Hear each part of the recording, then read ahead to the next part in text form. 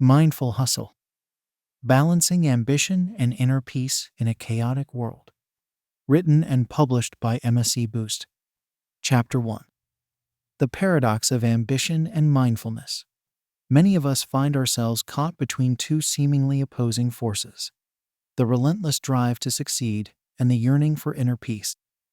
We're told that to achieve our goals, we must push ourselves to the limit, work tirelessly, and never let up.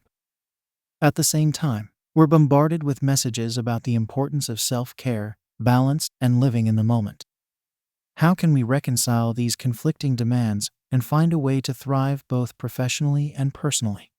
This is the central question that Mindful Hustle seeks to answer. By exploring the intersection of ambition and mindfulness, this book offers a roadmap for navigating the challenges of modern life with grace, purpose, and resilience. Rather than seeing these two forces as mutually exclusive, we'll discover how they can work together in harmony, enabling us to pursue our dreams while maintaining a deep sense of inner peace. The first step in this process is recognizing that ambition itself is not the problem. Having goals, aspirations, and the desire to make a positive impact on the world is a beautiful thing. It's what drives innovation, creativity, and progress. Without ambition, we would stagnate, both individually and collectively. The key is learning to channel that ambition in a way that is sustainable, fulfilling, and aligned with our deepest values. This is where mindfulness comes in.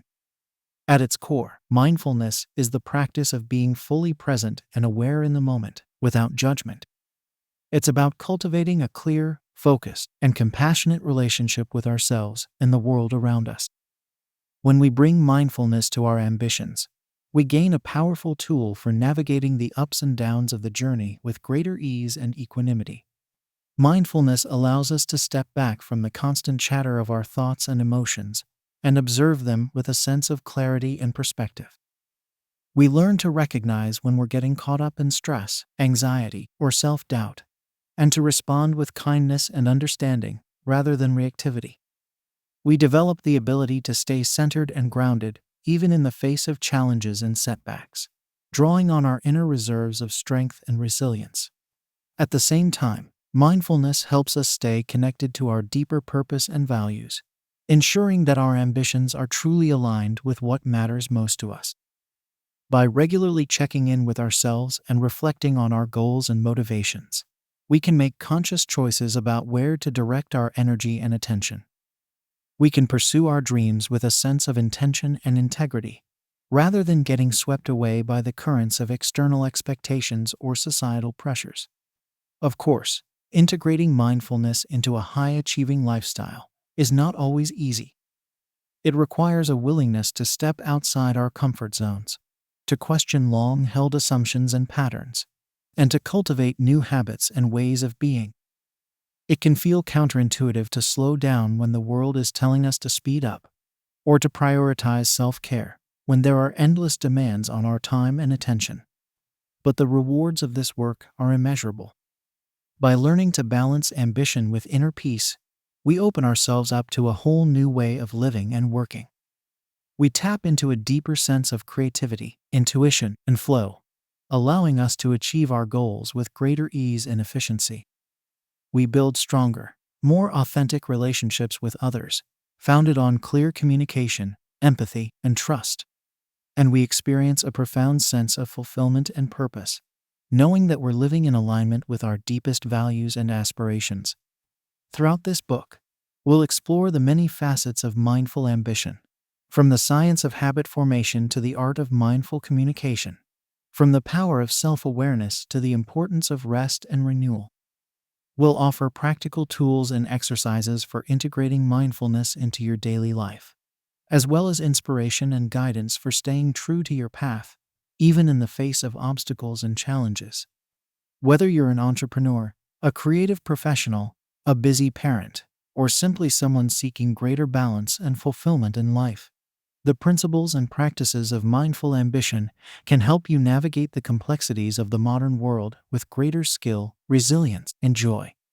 By learning to embrace both the drive to succeed and the yearning for inner peace, you'll unlock your full potential and create a life that is truly worth living.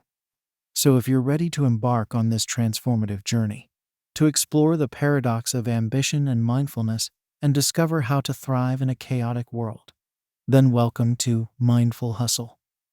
May this book be a trusted guide and companion as you navigate the path ahead, and may it help you find the clarity, courage, and compassion to create a life of purpose, passion, and deep inner peace. Chapter 2. The Science of Habit Formation. Habits are the invisible architecture of our lives. From the moment we wake up to the time we drift off to sleep, our days are shaped by countless routines and patterns of behavior that we barely even notice.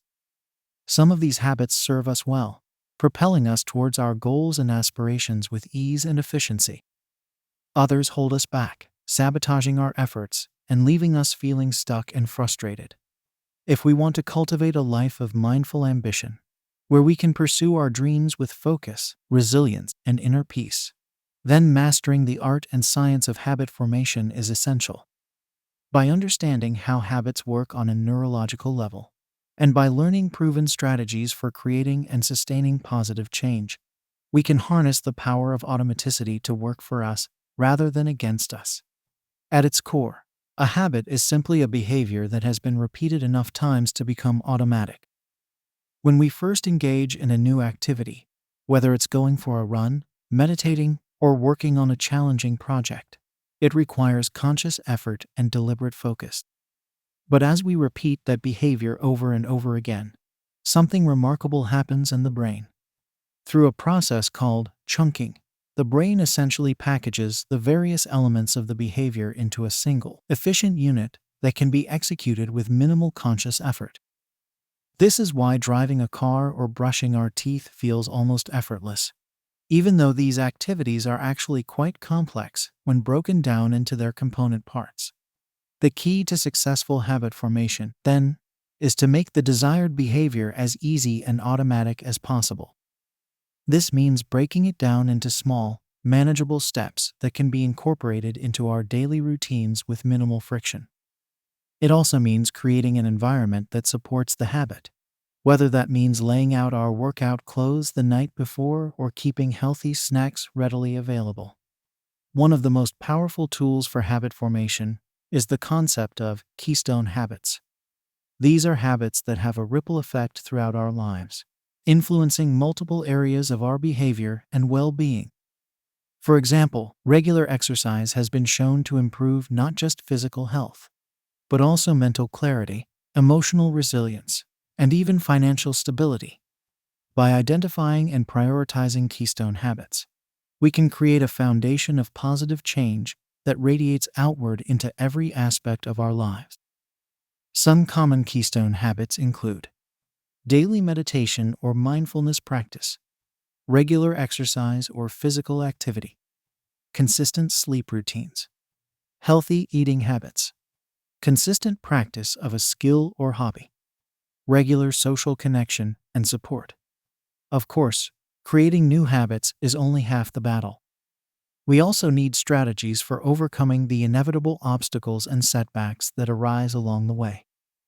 This is where the power of self-compassion comes into play.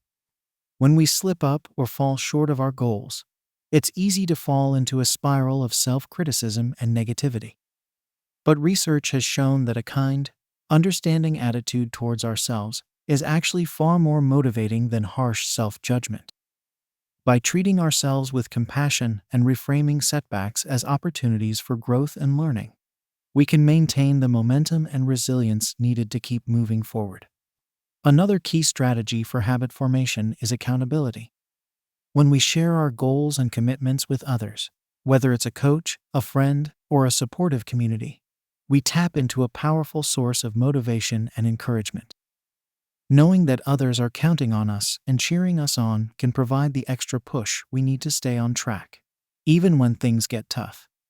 Ultimately, the science of habit formation is about understanding the power of small, consistent actions to shape our lives in profound ways. By bringing mindfulness and intention to the habits we cultivate, and by approaching the process with compassion, resilience, and support, we can create a foundation of positive change that enables us to thrive in every area of our lives. As we continue on the path of mindful ambition, mastering the art of habit formation will be an essential tool in our toolkit. By harnessing the power of automaticity and making positive behaviors a natural, effortless part of our daily lives, we can free up our time, energy, and attention for the things that matter most. We can show up each day as the best version of ourselves, focused, resilient, and deeply at peace, even in the midst of life's challenges and demands. So if you're ready to unlock the full potential of your habits and create a life of sustainable, fulfilling success, then let's dive in. With the right strategies, tools, and mindset, anything is possible. The path of mindful ambition starts here, one small step at a time. Chapter 3. Setting intentional goals. The path of mindful ambition begins with a clear sense of direction. Without a guiding vision of where we want to go and what we want to achieve, it's all too easy to get lost in the daily grind, caught up in the endless cycle of busyness and reactivity. We may find ourselves pursuing goals that don't truly resonate with our values and priorities, or feeling scattered and unfulfilled despite our best efforts. This is where the power of intentional goal setting comes into play. By taking the time to reflect on what truly matters to us, and by crafting specific, measurable, and meaningful targets to strive for, we can align our actions with our deepest aspirations and create a roadmap for sustainable success. The first step in this process is to get clear on our values. What are the core principles and beliefs that guide our lives? What qualities do we most want to embody in our relationships, our work, and our personal growth? Some common values might include integrity, compassion, creativity, excellence, or service. When we have a strong sense of our values, we can use them as a litmus test for our goals and decisions. We can ask ourselves, does this goal align with my deepest values and priorities? Will pursuing it help me become the person I most want to be? If the answer is no, it may be time to reconsider and refocus our efforts. Once we have clarified our values, the next step is to dream big. What would we achieve if we knew we could not fail? What bold vision inspires us and fills us with a sense of excitement and possibility? This is the time to let our imaginations run wild and tap into our deepest aspirations. Maybe we want to start our own business, write a book, run a marathon, or make a meaningful difference in our community. Maybe we want to build deeper, more fulfilling relationships, master a new skill, or create more balance and joy in our daily lives. Whatever our big dreams may be, it's important to give ourselves permission to envision them fully, without getting bogged down in doubts or limitations. Of course, dreaming big is just the beginning. To turn our aspirations into reality, we need to break them down into specific, measurable, and actionable goals. This is where the SMART framework comes in handy. SMART stands for specific. Our goals should be clear, concise, and well-defined. Instead of be healthier, we might set a goal to exercise for 30 minutes, 3 times a week. Measurable. We need a way to track our progress and know when we've achieved our goals. Quantifying our targets, such as save $5,000 for a down payment by the end of the year, can help us stay motivated and accountable. Achievable. While it's important to dream big, we also need to be realistic about what we can accomplish given our current resources and constraints. Setting goals that are too far out of reach can be discouraging and demotivating. Relevant. Our goals should align with our values, priorities, and long-term vision. We need to make sure we're pursuing targets that truly matter to us, not just what society or others expect of us. Time-bound. Finally, we need to set a clear deadline for achieving our goals. This helps create a sense of urgency and motivation, and prevents us from putting off important tasks or decisions indefinitely. By crafting SMART goals that align with our values and aspirations, we create a clear roadmap for turning our dreams into reality. But the process of intentional goal setting doesn't stop there. We also need to create a plan for achieving our targets. breaking them down into smaller, manageable steps that we can work on each day or week. This is where habits and routines come into play.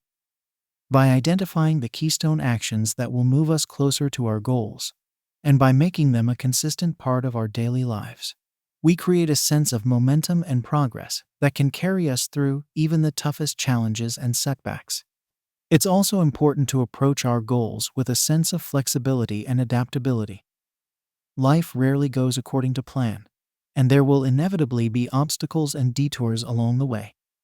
By staying open to feedback, learning from our mistakes, and adjusting our strategies as needed, we can stay resilient and committed to our vision, even when things get tough.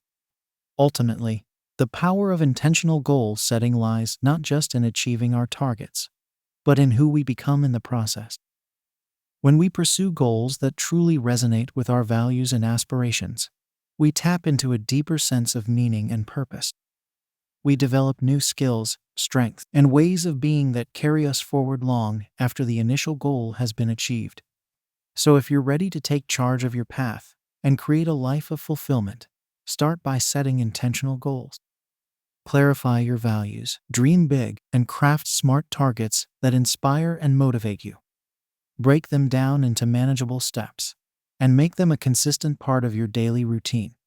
And remember to approach the journey with flexibility, resilience, and a willingness to learn and grow along the way. With clear intention and consistent effort, there's no limit to what you can achieve. The path of mindful ambition starts with a single step, guided by the power of your own unique vision and values. So take that step today and trust in the journey ahead. Your most fulfilling and meaningful life awaits. Chapter 4. Mindful Time Management. Time is the most precious resource we have. It's the one thing we can never get back, no matter how much money, power, or influence we may possess. And yet, so many of us struggle to make the most of this invaluable asset, finding ourselves caught up in the endless cycle of busyness, procrastination, and overwhelm. If we want to thrive on the path of mindful ambition, mastering the art of time management is essential. By learning to prioritize our tasks, focus our attention, and stay present in the moment, we can maximize our productivity, minimize our stress, and create more space for the things that truly matter to us. The first step in this process is to get clear on our priorities. Not all tasks are created equal, and trying to give equal weight to every item on our to-do list is a recipe for burnout and frustration. Instead, we need to learn to distinguish between the urgent and the important, and to focus our time and energy on the activities that will have the greatest impact on our goals and well-being. One powerful framework for prioritizing tasks is the Eisenhower Matrix. This tool, named after former US President Dwight D. Eisenhower, helps us categorize our activities into 4 quadrants based on their urgency and importance. Urgent and important. These are the tasks that require our immediate attention and have significant consequences if not completed. We should prioritize these activities and tackle them as soon as possible. Important, but not urgent. These are the activities that are critical to our long-term success and fulfillment, but don't have a pressing deadline.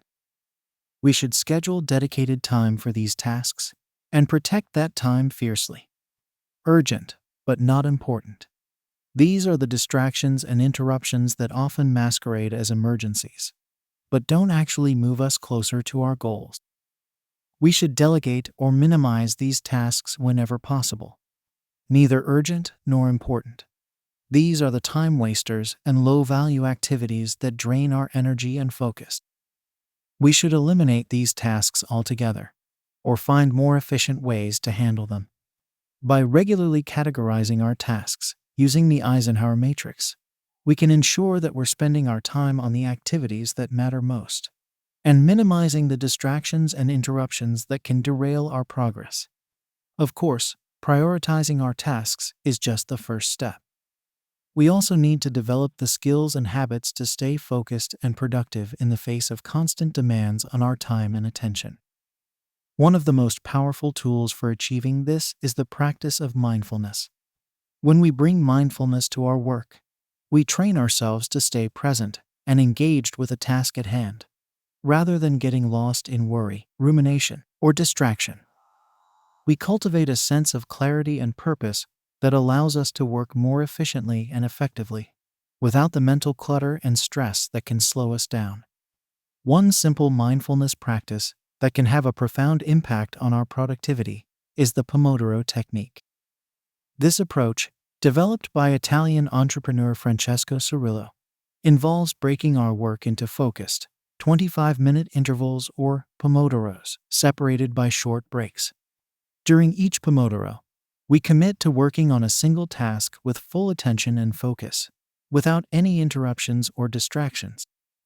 We turn off our phone notifications, close unnecessary tabs on our computer, and create a clear boundary between work time and break time. After each Pomodoro, we take a short break to rest and recharge, typically 5-10 minutes.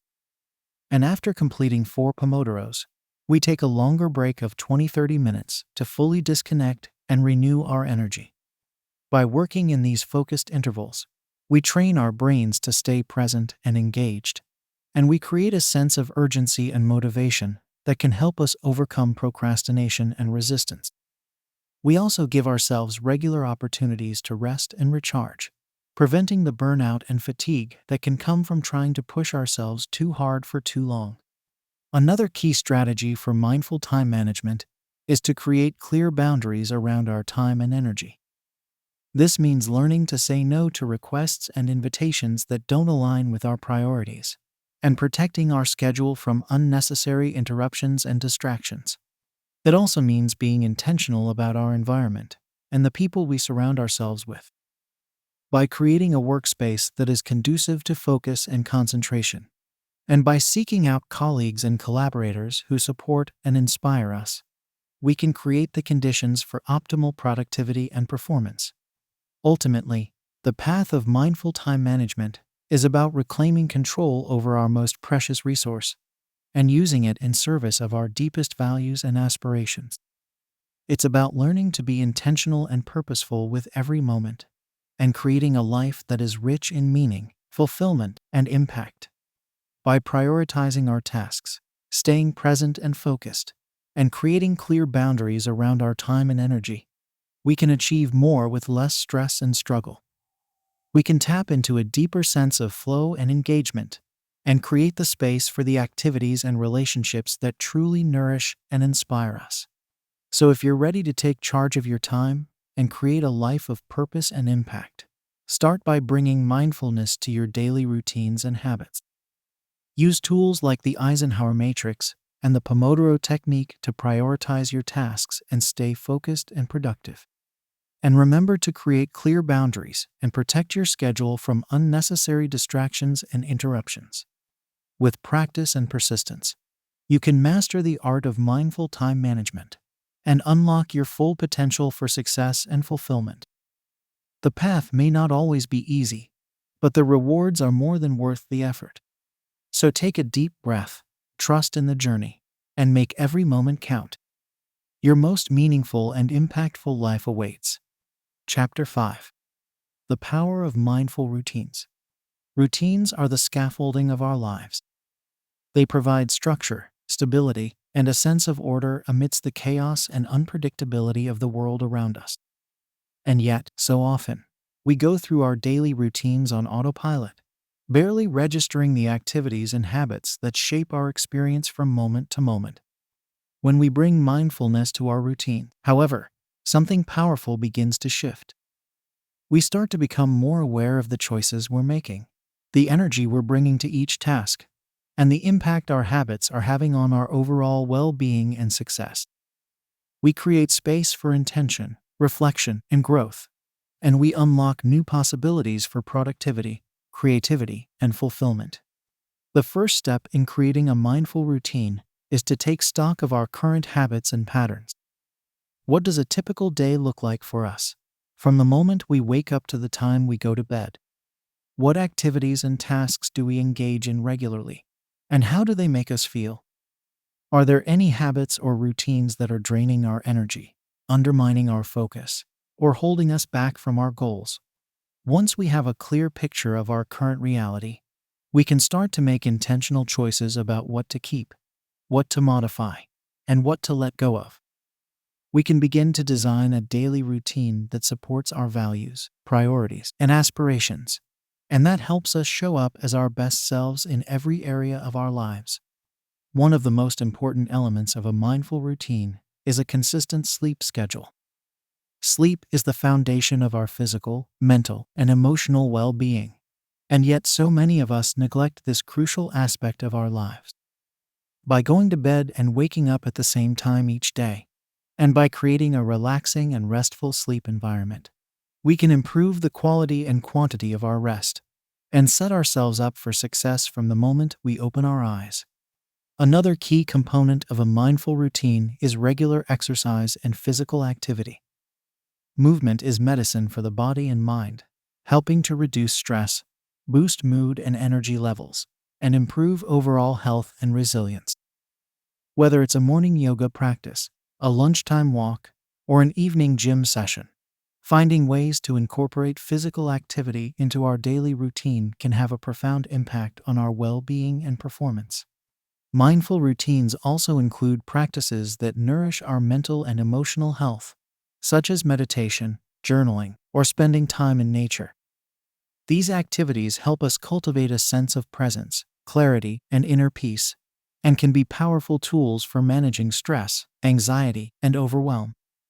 By carving out even just a few minutes each day for mindful reflection and self-care, we can tap into a deeper sense of purpose and resilience, and show up more fully in all areas of our lives. Of course, creating a mindful routine isn't just about adding new habits and practices to our day. It's also about being intentional and present with the activities we're already engaged in, and finding ways to infuse them with a sense of purpose and meaning. For example, we can bring mindfulness to our morning coffee ritual by savoring each sip and taking a few deep breaths before diving into our work. We can turn our commute into a time for reflection, learning, or creative inspiration, rather than just a frustrating necessity.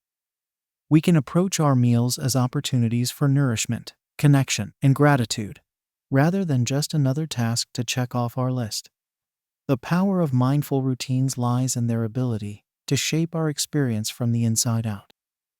By being intentional and present with our daily habits and practices, we create a foundation of clarity, focus, and purpose that can carry us through even the most challenging and unpredictable of times. And the beauty of mindful routines is that they are endlessly adaptable and customizable to our unique needs, preferences, and circumstances. What works for one person may not work for another, and what serves us in one season of life may need to be adjusted or refined as our priorities and responsibilities shift. The key is to approach our routines with a sense of curiosity, experimentation, and self-compassion. To be willing to try new things, to learn from our successes and failures, and to keep coming back to the present moment, again and again. So if you're ready to harness the power of mindful routines in your own life, start by taking a closer look at your current habits and patterns. Notice what's working well and what might be holding you back. Begin to make small, intentional shifts in your daily practices, focusing on habits that nourish your mind, body, and spirit. And remember, creating a mindful routine is a practice, not a destination. It's a journey of self-discovery and growth that will evolve and change over time, as you learn more about yourself and what truly matters to you. But with each mindful choice, each present moment awareness, each act of self-care and self-compassion, you are laying the foundation for a life of greater clarity, purpose, and fulfillment. A life that is rich in meaning, connection, and impact, both for yourself and for the world around you. So take a deep breath, trust in the process, and let your mindful routines be a guiding light on the path of your most authentic and inspired life. The journey may not always be easy, but the rewards are more than worth the effort. With each small step, you are creating a life that is truly worth living, one mindful moment at a time. Chapter 6. Cultivating Self-Awareness. Self-awareness is the foundation of personal growth and transformation. It's the ability to see ourselves clearly, to understand our thoughts, feelings, and behaviors, and to recognize how they impact ourselves and others. When we cultivate self-awareness, we gain a powerful tool for navigating life's challenges with greater wisdom, resilience, and grace. But self-awareness isn't something that comes naturally to most of us. From a young age, we learn to focus our attention outward, to measure ourselves against external standards of success and worthiness. We develop patterns of thinking and behaving that are often unconscious and automatic, shaped by our experiences, our culture, and our conditioning. To cultivate true self-awareness, we must be willing to turn our attention inward, to explore the inner landscape of our minds and hearts with curiosity, honesty, and compassion. We must be willing to question our assumptions, to challenge our beliefs, and to face the parts of ourselves that we may have been avoiding or denying. One of the most powerful tools for cultivating self-awareness is the practice of mindfulness. When we bring mindfulness to our experience, we learn to observe our thoughts and emotions without getting caught up in them. We create a space of clarity and objectivity that allows us to see ourselves more accurately and respond more skillfully to whatever arises. A simple mindfulness practice that can help cultivate self-awareness is the body scan. To do this practice, find a quiet, comfortable place where you can lie down or sit comfortably. Close your eyes and take a few deep breaths, allowing your body to settle and your mind to become more focused and present. Then, begin to scan your attention through your body, starting at the top of your head and slowly moving down to your toes. As you focus on each part of your body, notice any sensations that arise, such as tension, tingling, or warmth. If your mind wanders, gently bring it back to the part of the body you are focusing on. As you move through the body scan, you may notice thoughts or emotions that come up. Perhaps you feel a sense of anxiety in your chest, or a thought pops into your mind about a project you need to finish. Rather than getting caught up in these experiences, simply notice them with curiosity and kindness, and then gently bring your attention back to your body. Through this practice, you begin to develop a greater awareness of your inner experience and a greater capacity to observe your thoughts and emotions without getting overwhelmed by them. You start to see patterns and habits that may have been operating below the level of conscious awareness, and you gain insights into how these patterns are impacting your life. Another powerful tool for cultivating self-awareness is journaling. When we take the time to write down our thoughts and feelings, we create a space for reflection and insight that can be difficult to access in the busyness of daily life. One journaling practice that can be particularly helpful for cultivating self-awareness is the stream of consciousness technique. To do this practice, set aside 10-15 minutes each day to write continuously, without stopping to edit or censor yourself. Write down whatever comes to mind, even if it seems silly, irrelevant, or uncomfortable. As you write, pay attention to the thoughts and emotions that arise. Notice any patterns or themes that emerge, and any insights or discoveries that come up. You may be surprised at what you learn about yourself through this practice, and how it can help you gain a deeper understanding of your inner world. Of course, cultivating self-awareness isn't always a comfortable or easy process. As we turn our attention inward, we may encounter parts of ourselves that we've been avoiding or denying, such as painful emotions, limiting beliefs, or unresolved traumas. When this happens, it's important to approach our experience with compassion and care. Rather than judging or criticizing ourselves, we can practice offering ourselves the same kindness and understanding that we would offer a good friend. We can remind ourselves that everyone struggles and makes mistakes, and that our worth and value are not defined by our challenges or imperfections. It can also be helpful to seek support from others as we cultivate self-awareness. Whether it's a trusted friend, a therapist, or a mindfulness teacher, having someone to talk to and share our experiences with can provide valuable perspective and guidance on our journey of self-discovery. Cultivating self-awareness is a lifelong practice that requires patience, persistence, and a willingness to keep showing up for ourselves, even when it's difficult or uncomfortable. But the rewards of this practice are immeasurable.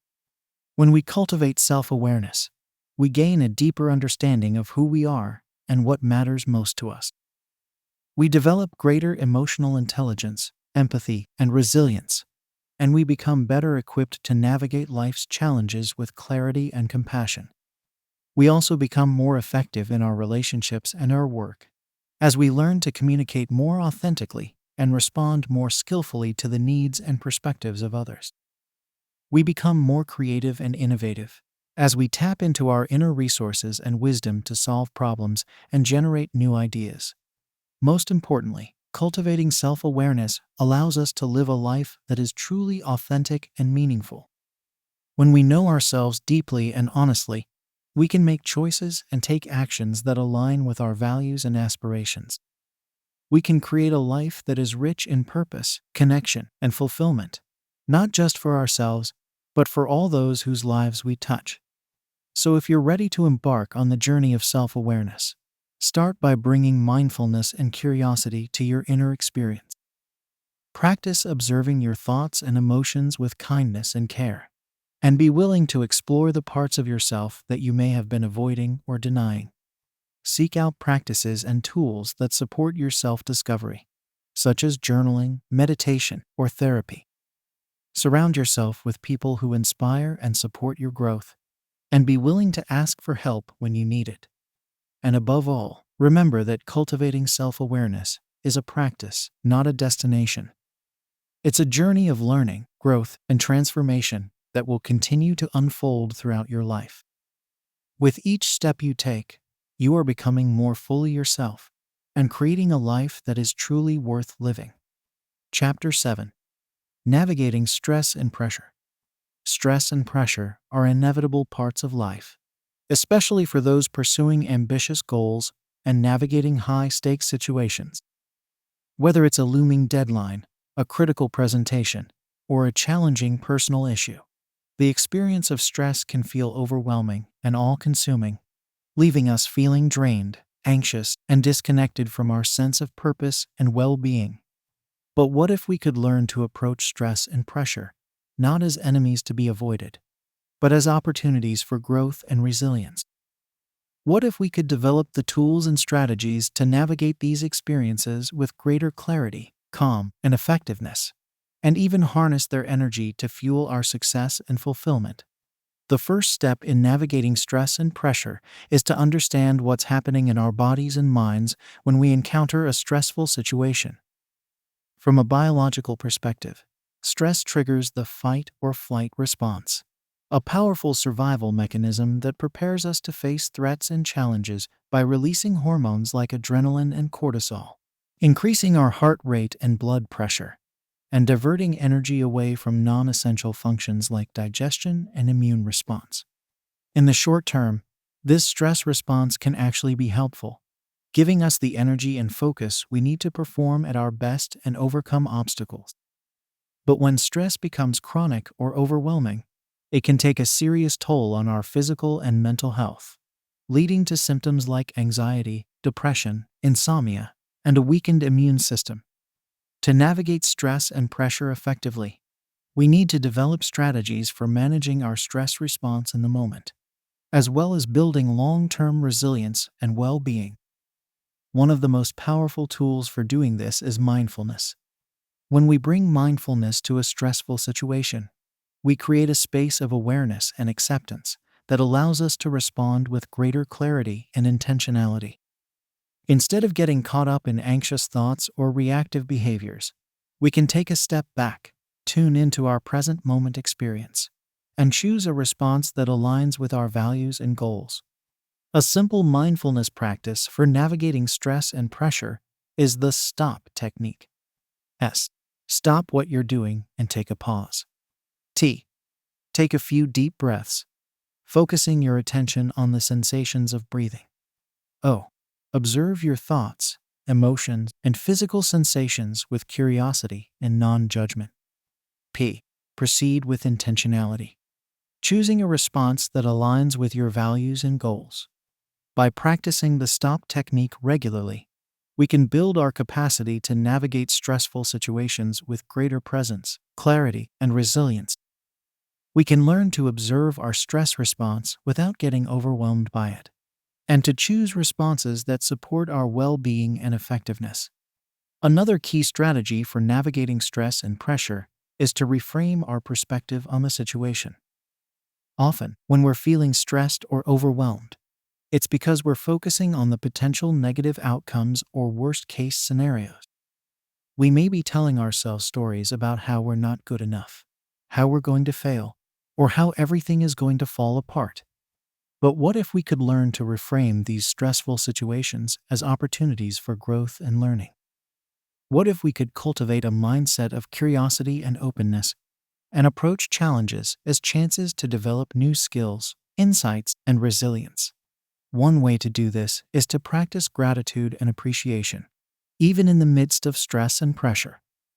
When we take a moment to reflect on the things we're grateful for, whether it's a supportive colleague, a meaningful project, or a small moment of beauty or connection, we shift our focus away from the negative and toward the positive.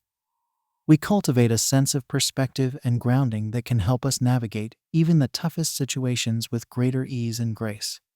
Another way to reframe stress and pressure is to focus on the bigger picture and the purpose behind our actions. When we're clear about why we're doing what we're doing and how it aligns with our values and aspirations, we can find a sense of meaning and motivation that carries us through even the most challenging times.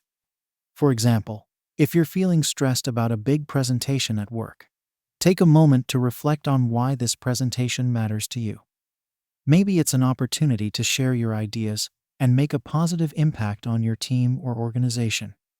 Maybe it's a chance to develop your public speaking skills and build your confidence. By connecting your efforts to a larger sense of purpose and growth, you can tap into a deeper source of resilience and motivation. Of course, navigating stress and pressure isn't just about what we do in the moment. It's also about building long-term habits and practices that support our well-being and effectiveness over time. This might include things like regular exercise, healthy eating, good sleep hygiene, and social connection and support. It might also include developing a regular mindfulness or meditation practice, which has been shown to have powerful benefits for reducing stress, improving focus and emotional regulation, and promoting overall well-being. By committing to these practices on a daily basis, we build our capacity to navigate stress and pressure with greater ease and resilience over time. Ultimately, navigating stress and pressure is a skill that requires practice, patience, and self-compassion. It's not about eliminating stress from our lives altogether, but about learning to relate to it in a more skillful and intentional way. It's about developing the tools and strategies to stay grounded, focused, and connected to our sense of purpose, even in the face of challenges and setbacks.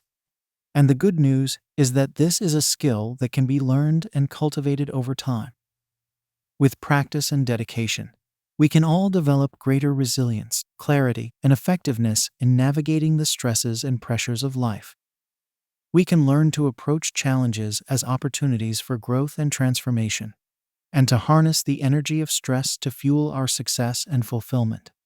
So the next time you find yourself feeling overwhelmed by stress or pressure, remember that you have the power to choose your response. Take a moment to pause, breathe, and connect with your present moment experience. Reframe the situation as an opportunity for growth and learning, and focus on the bigger picture and purpose behind your actions. And above all, be kind and compassionate with yourself. Remember that navigating stress and pressure is a lifelong practice, and that every challenge is an opportunity to learn, grow, and become more fully yourself. With patience, persistence, and a commitment to your own well-being and growth, you can develop the resilience and clarity to navigate even the toughest situations with grace and effectiveness. And in doing so, you'll not only achieve your goals and aspirations, but you'll also inspire and empower others to do the same. Chapter 8. The Art of Mindful Communication. Communication is the lifeblood of our relationships, both personal and professional. It's how we connect with others, share our thoughts and feelings, and navigate the complexities of social interaction. But all too often, our communication is reactive, habitual, and unconscious. We speak without thinking, listen without hearing, and respond without understanding, leading to misunderstandings, conflicts, and missed opportunities for genuine connection and collaboration. Mindful communication offers a different way. By bringing awareness, intention, and skill to the way we communicate, we can transform our relationships and interactions, creating greater clarity, empathy, and effectiveness in all our exchanges. Whether we're having a difficult conversation with a partner, giving feedback to a colleague, or presenting to a large audience, mindful communication can help us show up with greater presence, authenticity, and impact. The foundation of mindful communication is presence. When we're fully present in a conversation, we're not just hearing the words being spoken, but also attuning to the nonverbal cues, emotional undertones, and deeper meanings beneath the surface. We're able to set aside our own agendas and assumptions, and really listen to what the other person is saying, without judgment or interruption. One way to cultivate presence in communication is through the practice of mindful listening. This means giving our full attention to the speaker, without getting distracted by our own thoughts, feelings, or urges to respond. We can practice mindful listening by focusing on our breath, noticing any tendencies to interrupt or plan our response, and gently bringing our attention back to the speaker whenever we get distracted. Another key aspect of mindful listening is to listen with curiosity and openness, rather than with judgment or defensiveness. This means being willing to hear perspectives that may be different from our own, and to approach the conversation with a spirit of learning and discovery, rather than needing to be right or prove a point. When we listen mindfully, we create a space of safety and respect that allows for deeper sharing and understanding. We signal to the other person that they matter, that their thoughts and feelings are valid and important, and that we're here to support and understand them, even if we may not agree with everything they say. But mindful communication isn't just about listening. It's also about speaking with clarity, authenticity, and skill. This means taking the time to reflect on what we want to say, and choosing our words carefully to convey our message in a way that is clear, concise, and respectful. One tool for speaking mindfully is the I statement. Instead of making accusations or generalizations, "You always do this. This is so frustrating." We can speak from our own experience and perspective. "I feel frustrated when this happens. I'm concerned about the impact of this decision." By owning our own thoughts and feelings, we create space for the other person to do the same, and we avoid triggering defensiveness or reactivity. Another key aspect of mindful speaking is to speak with intention and purpose. Before we open our mouth, we can take a moment to ask ourselves, what is my intention in saying this? Is it to express myself honestly, to seek understanding, to offer support, or something else? By getting clear on our intention, we can ensure that our words are aligned with our values and goals, and that we're communicating in a way that is authentic and effective. Of course, mindful communication isn't always easy, especially when we're dealing with difficult or emotionally charged topics. It requires patience, skill, and a willingness to stay present and engaged, even when things get uncomfortable or challenging. One tool for navigating difficult conversations is the ABC method. Acknowledge the other person's perspective and feelings, even if you don't agree with them. Be curious and ask open-ended questions to deepen your understanding of their experience. Communicate your own perspective and needs clearly and respectfully, without attacking or blaming.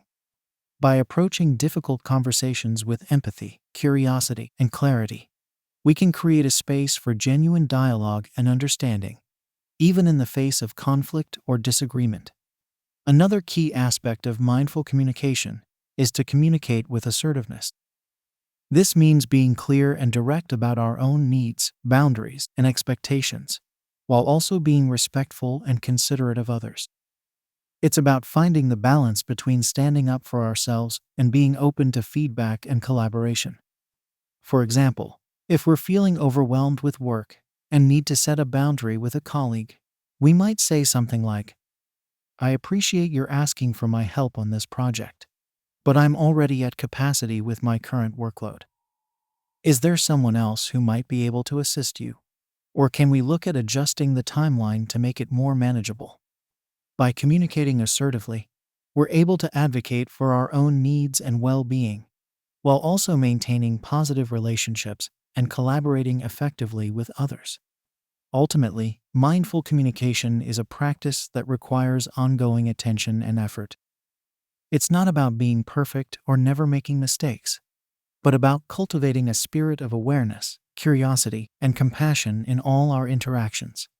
By bringing mindfulness to the way we listen and speak, we can transform our relationships and interactions, creating greater understanding, trust, and collaboration in all areas of our lives.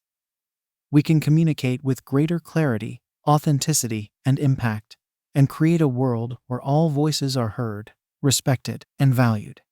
So the next time you find yourself in a conversation, whether it's with a loved one, a colleague, or a stranger, take a moment to pause and bring mindfulness to the exchange. Notice your own thoughts, feelings, and reactions, and see if you can approach the conversation with greater presence, empathy, and skill.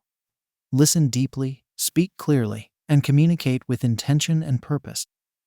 Be willing to stay present and engaged, even when things get difficult or uncomfortable.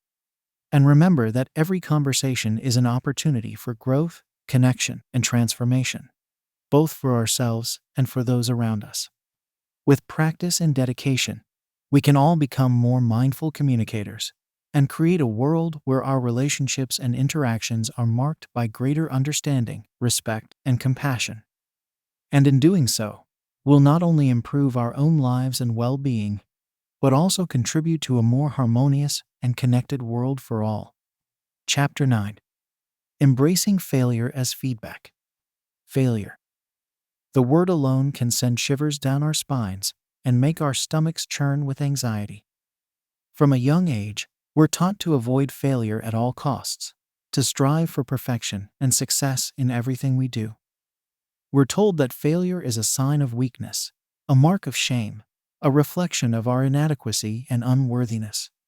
But what if we've been looking at failure all wrong? What if, instead of seeing failure as a dead end, we could learn to embrace it as a doorway to growth, learning, and transformation? What if we could shift our perspective on failure from a source of fear and avoidance to a source of feedback and motivation? The truth is, failure is an inevitable part of any meaningful pursuit. Whether we're starting a business, learning a new skill, or working towards a personal goal, there will always be setbacks, obstacles, and moments of frustration and disappointment along the way. The question is not whether we will fail, but how we will respond to failure when it inevitably occurs. When we're in the midst of a failure, it's easy to get caught up in negative self-talk and spiraling emotions. We might berate ourselves for not being good enough, smart enough, or talented enough. We might feel like giving up, convinced that we'll never be able to achieve our goals or make a meaningful impact in the world. But this is where mindfulness can be a powerful tool for shifting our perspective and finding the resilience to keep going. By bringing awareness and acceptance to our experience of failure, we can start to see it not as a reflection of our worth or potential, but as a natural and necessary part of the learning process.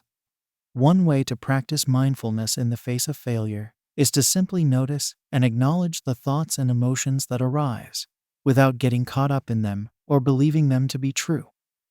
We might notice thoughts like, I'm such a failure, or I'll never be able to do this, and instead of latching on to these thoughts as facts, we can simply observe them with curiosity and compassion. We can also practice reframing failure as feedback, looking for the lessons and insights that can be gleaned from each setback or obstacle. Instead of seeing failure as a sign that we're on the wrong path, we can ask ourselves, what can I learn from this experience? How can I use this feedback to adjust my approach and try again with greater wisdom and skill? For example, let's say you've been working on a project for months, pouring your heart and soul into it, only to have it rejected or criticized by others. In that moment of disappointment and frustration, it can be tempting to give up and walk away, convinced that you'll never be able to create something of value. But what if you could shift your perspective and see that rejection as valuable feedback? What if you could take the critiques and suggestions offered by others and use them to refine and improve your work? What if you could see each failure as an opportunity to learn, grow, and develop your skills and talents in new ways? By embracing failure as feedback, we open ourselves up to a world of possibility and growth. We start to see obstacles not as roadblocks, but as stepping stones on the path to our goals. We develop greater resilience, adaptability, and creativity, knowing that each setback is simply a chance to try again with greater wisdom and skill. Of course, embracing failure is easier said than done. It requires a willingness to be vulnerable, to let go of our ego and perfectionism, and to trust in the process of growth and learning. It requires a commitment to self-compassion and kindness, recognizing that failure is not a reflection of our worth or potential, but simply a natural part of the human experience. One way to cultivate this mindset is through the practice of gratitude. When we're in the midst of a failure, it can be easy to focus solely on what's going wrong and what we're lacking. But by actively seeking out things to be grateful for, even in the midst of disappointment and frustration, we start to shift our perspective and find the silver linings in each challenge. We might be grateful for the lessons we're learning, the relationships we're building, or the strengths and skills we're developing through each setback. We might be grateful for the opportunity to try again, to start fresh with new insights and approaches. By cultivating gratitude, we start to see failure not as a dead end, but as a gateway to new possibilities and growth. Another way to embrace failure as feedback is to surround ourselves with supportive and encouraging people who believe in our potential and are willing to offer honest and constructive feedback. When we have a network of mentors, colleagues, and friends who can help us see our blind spots and offer guidance and support, we're more likely to view failure as a natural and necessary part of the learning process. We can also seek out role models and stories of successful people who have embraced failure and used it as a springboard for growth and achievement. From Thomas Edison's countless attempts to create the light bulb to J.K. Rowling's numerous rejections before publishing Harry Potter, history is full of examples of individuals who refused to let failure define or defeat them. By studying these examples and drawing inspiration from their perseverance and resilience, we can start to see failure in a new light, not as a source of shame or inadequacy, but as a badge of honor, a testament to our courage and commitment to growth and learning. Ultimately, embracing failure as feedback requires a fundamental shift in our mindset and approach to life. It means letting go of the need for perfection and control, and embracing the messy, unpredictable nature of growth and change. It means cultivating a sense of curiosity, experimentation, and play, knowing that each failure is simply a chance to learn and try again. And perhaps most importantly, it means learning to trust in ourselves and our own resilience, knowing that we have the strength and wisdom to navigate even the toughest challenges and setbacks. It means believing in our own potential for growth and transformation, and having the courage to keep showing up, even when things get hard. So the next time you find yourself in the midst of a failure, take a deep breath and remember, this is not the end of the story. This is simply a chance to learn, grow, and try again with greater wisdom and skill. Embrace the feedback, cultivate gratitude and self-compassion, and trust in the journey of growth and transformation. With practice and patience, you'll start to see failure not as an enemy to be feared, but as a friend and teacher, guiding you towards your highest potential and most meaningful impact in the world. And who knows, you might just discover that your greatest successes and breakthroughs are waiting for you on the other side of failure, ready to be claimed with courage, resilience, and an open heart. Chapter 10. The Discipline of Self-Care. It's all too easy to neglect one of the most important factors in our success and well-being: self-care. We push ourselves to work longer hours, take on more responsibilities, and sacrifice our own needs and desires in the name of productivity and achievement. But over time, this approach can lead to burnout, stress, and a host of physical and mental health issues that can undermine our ability to show up as our best selves in all areas of our lives. Self-care is not a luxury or an indulgence. It's a necessity and a discipline. It's about taking intentional steps to prioritize our own well-being so that we can bring our full energy, creativity, and resilience to the things that matter most to us. And while the specific practices of self-care may vary from person to person, the underlying principles are universal. Taking care of our bodies, minds, and spirits in a way that supports our overall health and happiness. When it comes to physical self-care, the basics are well known, but often neglected in the hustle and bustle of daily life. Getting enough sleep, eating nourishing foods, staying hydrated, and engaging in regular exercise are all essential for maintaining our energy, focus, and overall health. But beyond these fundamentals, there are countless ways to practice physical self-care that can be tailored to our individual needs and preferences. Some people find that incorporating mindfulness practices like yoga, tai chi, or qigong into their daily routine helps them feel more grounded, flexible, and energized. Others may prefer more vigorous forms of exercise like running, cycling, or strength training to boost their mood and build resilience. Experimenting with different types of movement and finding what works best for our own bodies and lifestyles is key to making physical self-care a sustainable and enjoyable practice. But self-care is not just about taking care of our physical health. It's also about nurturing our mental and emotional well-being. In a world that is constantly demanding our attention and energy, it's essential to create space for rest, reflection, and renewal. This might mean setting aside time each day for meditation, journaling, or other mindfulness practices that help us stay present and grounded in the midst of stress and uncertainty. It might also mean creating healthy boundaries around our time and energy, learning to say no to commitments that don't align with our values and priorities, and making space for the things that bring us joy and fulfillment. Whether it's spending time in nature, pursuing a creative hobby, or connecting with loved ones, finding ways to nourish our minds and hearts is essential for maintaining our overall sense of well-being and purpose. Of course, practicing self-care is not always easy, especially when we're in the midst of a busy and demanding schedule. It can feel selfish or indulgent to take time for ourselves, or we may worry that we're falling behind or letting others down by prioritizing our own needs. But the truth is, self-care is not a selfish act. It's a necessary investment in our own resilience, creativity, and ability to show up fully in all areas of our lives. When we're well rested, nourished, and emotionally grounded, we're better able to handle the inevitable challenges and setbacks that come our way. We're more likely to approach problems with a clear mind and an open heart, and to find creative solutions that benefit everyone involved. We're also more likely to show up as compassionate, patient, and supportive partners, colleagues, and friends, creating a ripple effect of positive energy and connection in our relationships and communities. So how can we make self-care a consistent and sustainable part of our daily lives? The first step is to get clear on our own needs and priorities, and to create a self-care plan that reflects our unique circumstances and goals.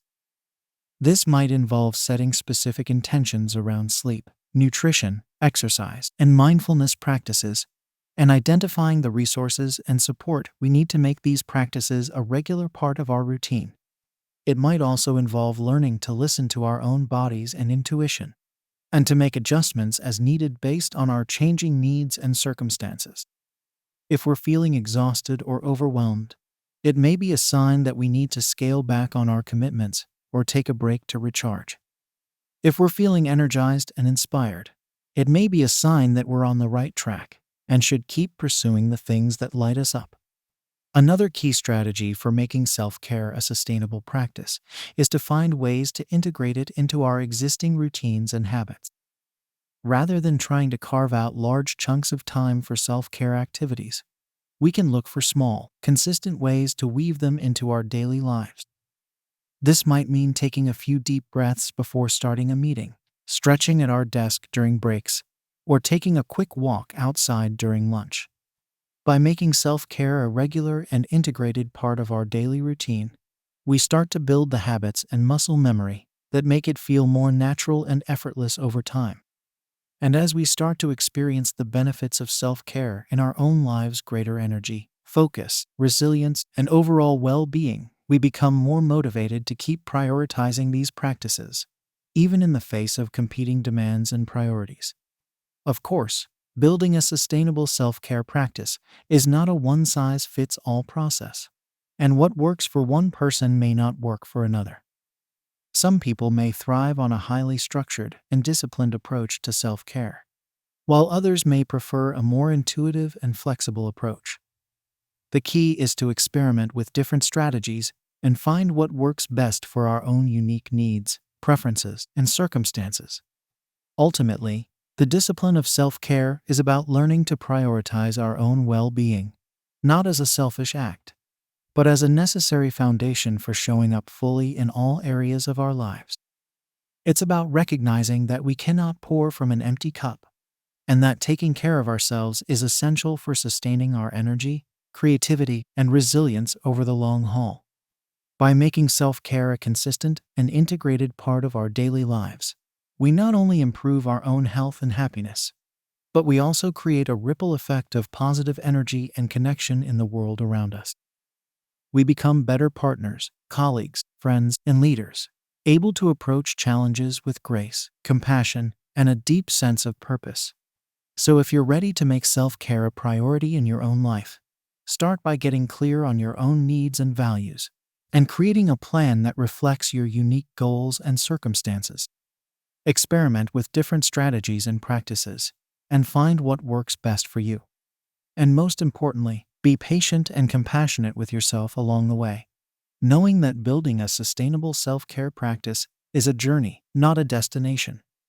With time, effort, and a commitment to your own well-being, you can cultivate the discipline of self-care as a powerful tool for navigating the ups and downs of life with greater resilience, joy, and purpose. And in doing so, you'll not only transform your own life, but also inspire and empower others to do the same. Chapter 11. Mindful Productivity Hacks. Productivity is a buzzword that gets thrown around a lot these days, often with the implication that being productive means cramming as much work as possible into every waking hour. But true productivity isn't just about getting more done. It's about getting the right things done in a way that is sustainable, fulfilling, and aligned with our values and goals. Mindful productivity is an approach that combines the best of both worlds, the focus and efficiency of traditional productivity techniques, with the awareness and intentionality of mindfulness practices.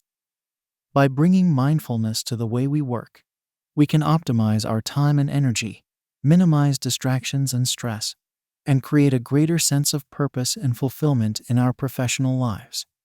The first step in practicing mindful productivity is to get clear on our priorities and values.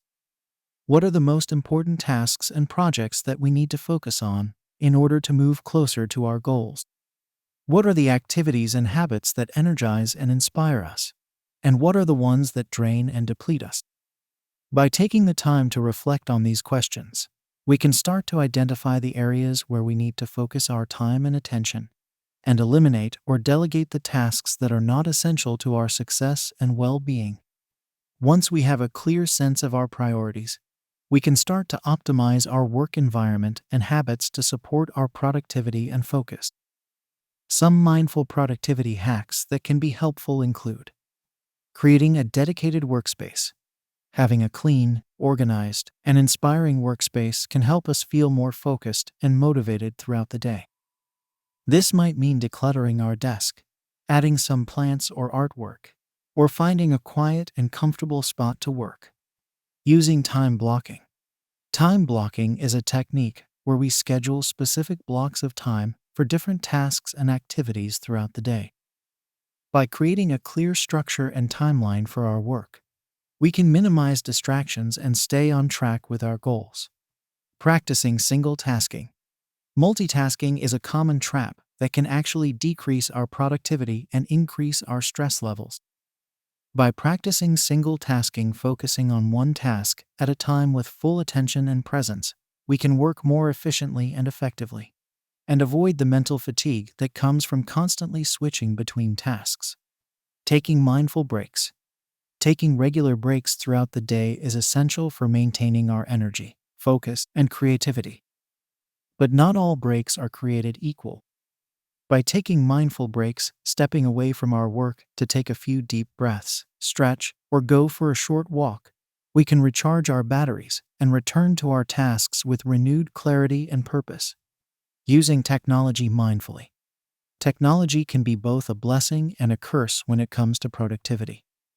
While tools like email, social media, and project management software can help us stay connected and organized, they can also be major sources of distraction and overwhelm.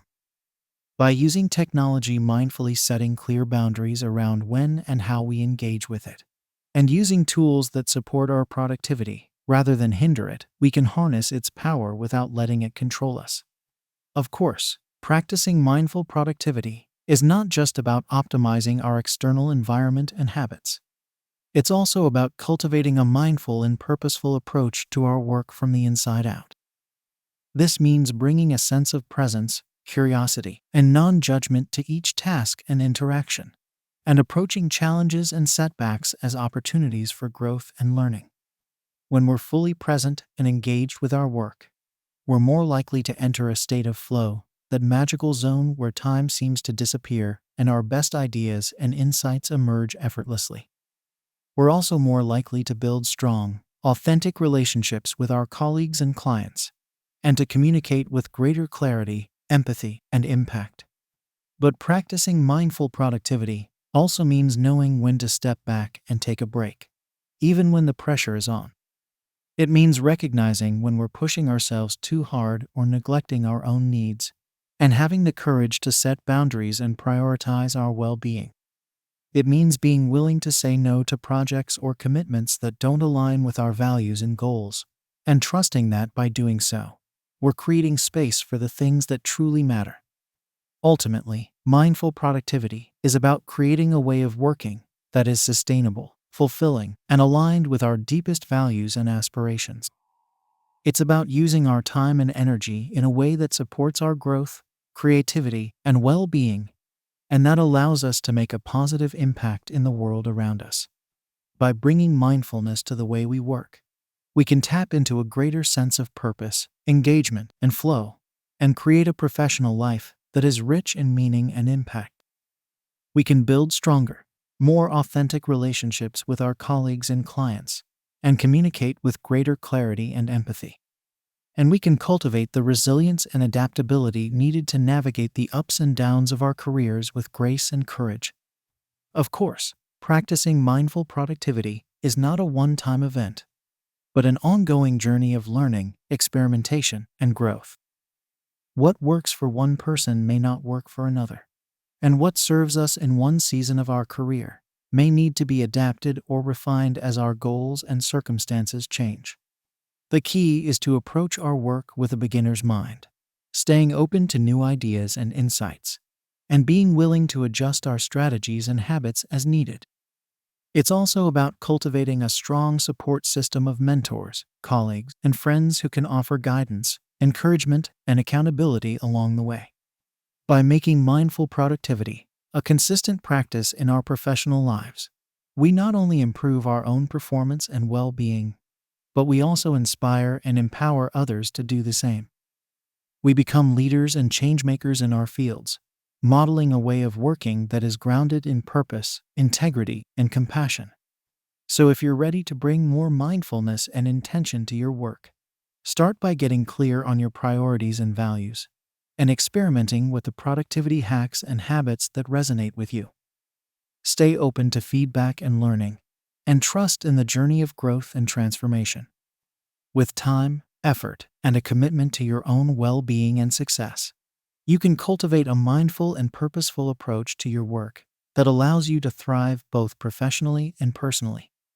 And in doing so, you'll not only create a more fulfilling and impactful career for yourself, but you'll also contribute to a more compassionate and sustainable world for all.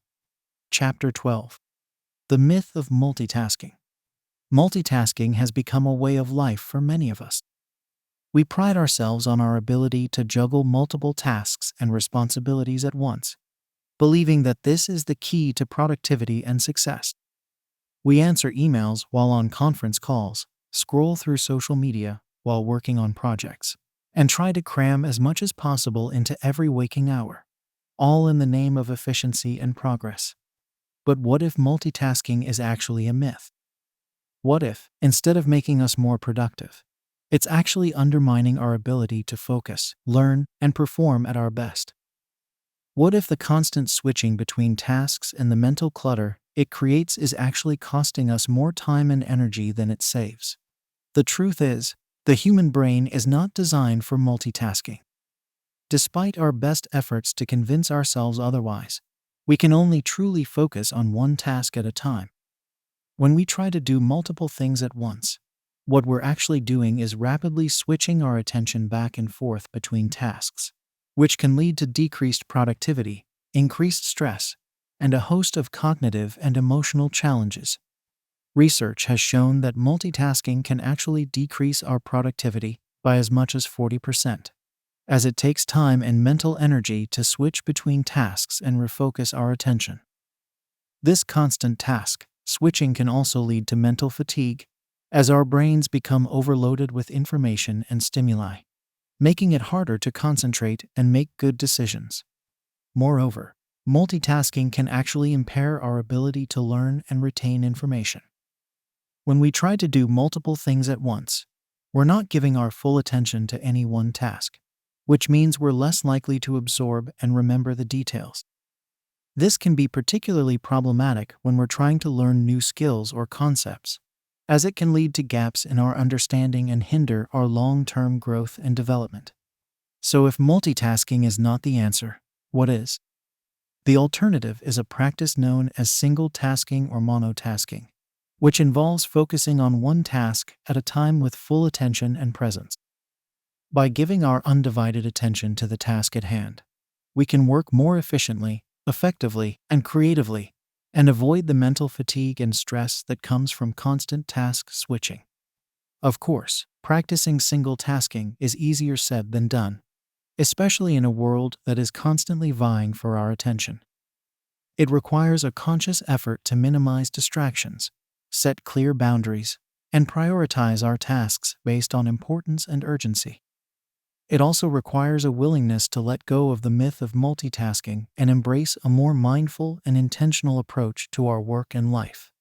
Some strategies that can help us cultivate a single tasking mindset include creating a distraction-free environment.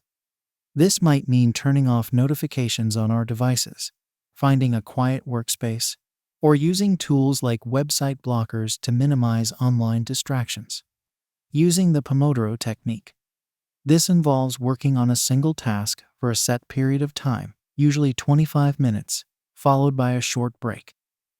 By breaking our work into focused intervals, we can maintain our attention and energy levels throughout the day. Prioritizing tasks. By identifying our most important and urgent tasks and tackling them first, we can ensure that we're making progress on our goals and avoiding the temptation to multitask. Practicing mindfulness. By bringing our full attention and presence to each task, we can work with greater clarity, creativity, and purpose. This might involve taking a few deep breaths before starting a task, noticing any distractions or urges to switch tasks, and gently bringing our focus back to the present moment. Communicating boundaries. If we're working on an important task and someone interrupts us or asks for our attention, it's okay to politely communicate our boundaries and let them know that we'll get back to them when we're finished. By practicing single tasking and bringing greater mindfulness and intention to our work, we can not only improve our productivity and performance, but also cultivate a greater sense of clarity, purpose, and fulfillment in our lives. When we're fully present and engaged with the task at hand, we're more likely to enter a state of flow, where time seems to disappear and our best ideas and insights emerge effortlessly. We're also more likely to build stronger, more authentic relationships with our colleagues and clients, as we're able to give them our full attention and communicate with greater empathy and impact. Moreover, practicing single tasking can help us cultivate greater self-awareness and emotional regulation, as we learn to notice and manage our own thoughts, feelings, and impulses in the moment. By developing this kind of mindful presence, we can respond to challenges and setbacks with greater resilience and adaptability, and maintain a sense of calm and focus, even in the face of stress and uncertainty. Of course, like any new habit or skill, cultivating a single-tasking mindset takes time, effort, and patience. There will be moments when we slip back into old patterns of multitasking or get caught up in distractions and interruptions. The key is to approach these moments with compassion and curiosity, rather than judgment or frustration. By noticing when we're getting pulled into multitasking mode and gently redirecting our attention back to the task at hand, we can gradually rewire our brains and build the muscle memory needed to sustain a more focused and intentional way of working. We can also celebrate the small victories along the way, acknowledging the progress we're making and the benefits we're experiencing as a result of our efforts. Ultimately, debunking the myth of multitasking is about more than just improving our productivity and performance. It's about reclaiming our time, energy, and attention in a world that is constantly competing for it. It's about creating a way of working and living that is grounded in our deepest values and aspirations, and that allows us to show up as our best selves in all areas of our lives. By embracing the power of single tasking and bringing greater mindfulness and intention to our work and life, we can tap into a greater sense of clarity, creativity, and purpose, and create a more fulfilling and impactful future for ourselves and those around us. So the next time you find yourself tempted to juggle multiple tasks at once, take a deep breath, choose one thing to focus on, and trust in the power of presence and single-pointed attention. Your brain and your productivity will thank you. Chapter 13. Harnessing the Power of Flow States. Have you ever been so immersed in an activity that time seemed to disappear, and your sense of self faded into the background? Perhaps you were writing, painting, or working on a project that completely absorbed your attention and brought a sense of effortless enjoyment. If so, you've likely experienced a flow state, that magical zone of peak performance where our skills and challenges are perfectly matched, and we're able to do our best work with ease and grace. Flow states have been studied extensively by psychologists and neuroscientists, who have identified them as a key driver of creativity, productivity, and well-being. When we're in flow, we're able to tap into our full potential and bring our best selves to the task at hand. We're more focused, more engaged, and more resilient in the face of challenges and setbacks. But what exactly is a flow state? And how can we cultivate more of them in our work and life? According to researcher Mihaly Csikszentmihalyi, who coined the term in his book, Flow: The Psychology of Optimal Experience, flow is a state of complete absorption and engagement in an activity that is intrinsically rewarding. It's characterized by a sense of clarity, control, and effortless performance, where our skills are stretched just beyond our comfort zone, but not so far that we become overwhelmed or anxious. Some key characteristics of flow states include clear goals and immediate feedback. We know what we need to do and can see our progress in real time. Complete concentration. Our attention is fully focused on the task at hand, without any distractions or interruptions. Loss of self-consciousness. We're not worried about how we look or what others think of us. We're simply immersed in the activity itself. Distorted sense of time. Hours can feel like minutes, or minutes can feel like hours, as we lose track of time and become fully present in the moment. Intrinsic motivation. We're doing the activity for its own sake, not for any external rewards or recognition. So how can we create the conditions for more flow in our work and life? Here are some strategies to try. Choose activities that are intrinsically rewarding. Look for tasks and projects that are challenging enough to stretch your skills. but not so difficult that you become overwhelmed or frustrated. Seek out work that aligns with your values, interests, and strengths, and that brings a sense of meaning and purpose to your life. Set clear goals and track your progress. Break down larger projects into smaller, achievable goals, and create a system for tracking your progress and getting immediate feedback. Use tools like project management software, to-do lists, or accountability partners to stay on track and celebrate your wins along the way. Minimize distractions and interruptions. Create a focused, distraction-free environment by turning off notifications, finding a quiet workspace, and communicating your boundaries to others. Use techniques like time blocking or the Pomodoro method to work in focused intervals and take regular breaks to recharge. Practice mindfulness and presence. Cultivate a sense of mindfulness and presence in your work by bringing your full attention and engagement to each task. Notice any distractions or urges to multitask, and gently redirect your focus back to the present moment. Take deep breaths, stretch, or engage in other mindfulness practices to stay grounded and centered. Embrace challenges and stretch your skills. Look for opportunities to learn and grow in your work by taking on new challenges and stepping outside your comfort zone. Seek out mentors, coaches, or learning resources to help you develop new skills and knowledge, and approach setbacks as opportunities for growth and development. Foster a sense of autonomy and control.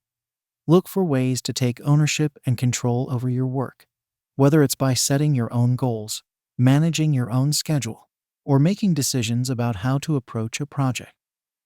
Cultivate a sense of agency and empowerment in your work, rather than feeling like a passive recipient of external demands and expectations. By intentionally creating the conditions for flow in our work and life, we can tap into a powerful source of motivation, creativity, and fulfillment. We can experience the joy and satisfaction of doing our best work and make meaningful progress towards our goals and aspirations. But flow isn't just about individual performance and productivity. It's also about the larger context in which we work and live. When we create a culture of flow in our organizations and communities, we foster a sense of engagement, collaboration, and innovation that can transform the way we work and relate to one another. This means creating workplaces and environments that support autonomy, mastery, and purpose, the three key drivers of intrinsic motivation, identified by psychologist Daniel Pink. It means designing work that is challenging and meaningful, providing opportunities for learning and growth, and fostering a sense of connection and belonging among team members. It also means recognizing and valuing the diversity of skills, strengths, and perspectives that each individual brings to the table, and creating a culture of inclusivity and respect where everyone can thrive. When we create a sense of psychological safety and trust in our relationships and interactions, we're more likely to take risks, share ideas, and collaborate effectively towards shared goals. Of course, cultivating a culture of flow isn't always easy, especially in a world that is often characterized by constant change, uncertainty, and complexity. It requires a willingness to challenge assumptions, experiment with new approaches, and learn from both successes and failures along the way. But the rewards of creating a flow-friendly culture are immeasurable. When we tap into the collective intelligence, creativity, and passion of our teams and communities, we're able to achieve things that we never could have imagined on our own. We're able to create a sense of shared purpose and meaning that goes beyond individual accomplishments and contributes to something larger than ourselves. Harnessing the power of flow is about more than just improving our productivity and performance. It's about creating a way of working and living that is deeply fulfilling, meaningful, and aligned with our highest potential as human beings. It's about tapping into the inherent joy and creativity that comes from doing work that matters, and from connecting with others in authentic, compassionate, and purposeful ways. By cultivating the conditions for flow in our own lives and in the larger systems and structures in which we operate, we can create a ripple effect of positive change that extends far beyond ourselves. We can inspire and empower others to bring their best selves to their work and relationships, and contribute to a more just, sustainable, and flourishing world for all. So the next time you find yourself fully immersed in an activity that brings you alive, take a moment to savor the experience and reflect on what made it possible. What can you learn from that moment of flow? And how can you create more opportunities for it in your work and life? How can you share that sense of engagement, creativity, and purpose with others, and contribute to a culture of flow in your organization or community? By asking these questions and taking action on the insights that emerge, we can tap into a powerful source of meaning, connection, and impact in our lives and work.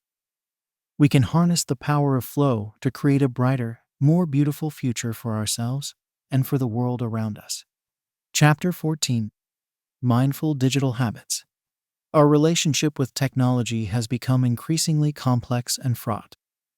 On one hand, digital tools and platforms have opened up incredible opportunities for learning, creativity, and connection, allowing us to access vast amounts of knowledge and collaborate with people around the world. On the other hand, the always-on nature of our devices and the addictive design of many apps and websites can leave us feeling scattered, overwhelmed, and disconnected from what really matters. As we navigate this digital landscape, it's essential that we develop mindful habits and practices that allow us to harness the power of technology without being controlled by it. This means being intentional about how we use our devices, setting clear boundaries around our time and attention, and cultivating a sense of presence and purpose in our online interactions. The first step in developing mindful digital habits is to become aware of our current relationship with technology. How much time do we spend on our devices each day? And how does that time align with our values and priorities? What apps or websites do we find ourselves drawn to? And how do they make us feel? Are there certain triggers or situations that tend to lead us down the rabbit hole of mindless scrolling or compulsive checking? By bringing a sense of curiosity and non-judgment to our digital behaviors, we can start to identify patterns and habits that may be undermining our well-being and productivity. We can notice when we're using technology as a way to avoid discomfort or distract ourselves from difficult emotions, and explore more constructive ways of coping and engaging with life's challenges. Once we've developed a clearer understanding of our digital habits, we can start to make intentional choices about how we want to use technology moving forward. This might involve setting specific goals or intentions around our device use, such as limiting social media to certain times of day or using apps that block distracting websites during work hours. It might also involve creating physical boundaries around our technology, such as keeping our phones out of the bedroom at night or designating device-free zones in our homes. Another key aspect of mindful digital habits is being selective about the information and content we consume online. In a world of infinite scrolling and clickbait headlines, it's easy to get sucked into a vortex of shallow, sensationalized, or even false information that leaves us feeling anxious, angry, or discouraged. By being intentional about the sources we turn to for news, entertainment, and inspiration, we can cultivate a more positive and nourishing digital diet that supports our growth and well-being. This might involve curating our social media feeds to include more uplifting and informative content, or seeking out reputable news sources that provide balanced and in-depth coverage of important issues. It might also involve being mindful of the tone and tenor of our own online interactions, and choosing to engage in respectful and constructive dialogue, rather than getting caught up in divisive or toxic debates. Of course, developing mindful digital habits isn't just about what we do online. It's also about how we relate to technology in our offline lives. This means being present and engaged with the people and activities that matter most to us, and not letting our devices constantly pull us away from the moment at hand. It means savoring the richness and beauty of the physical world around us, and not getting lost in the virtual realm of screens and pixels. Some practical strategies for cultivating a more mindful relationship with technology in our daily lives include taking regular breaks from our devices to stretch, move, and connect with the world around us. This might involve going for a walk in nature, having a face-to-face conversation with a loved one, or engaging in a creative hobby that doesn't involve a screen. Practicing mindfulness or meditation to cultivate a sense of presence and clarity in the midst of digital distractions. Even just a few minutes of focused breathing or body awareness can help us feel more grounded and centered in the present moment. Creating rituals or routines around our device use that help us transition more intentionally between online and offline activities. This might involve taking a few deep breaths before checking email in the morning, or putting our phones away an hour before bedtime to wind down and prepare for sleep. Using technology in ways that support our values and aspirations, rather than just mindlessly consuming content or chasing likes and followers. This might involve using social media to connect with like-minded communities or causes, or leveraging digital tools to learn new skills or pursue meaningful projects. Developing mindful digital habits is about reclaiming our time, attention, and energy in a world that is increasingly mediated by technology. It's about being intentional and discerning in our online interactions, and not letting the constant stream of information and stimuli pull us away from what really matters.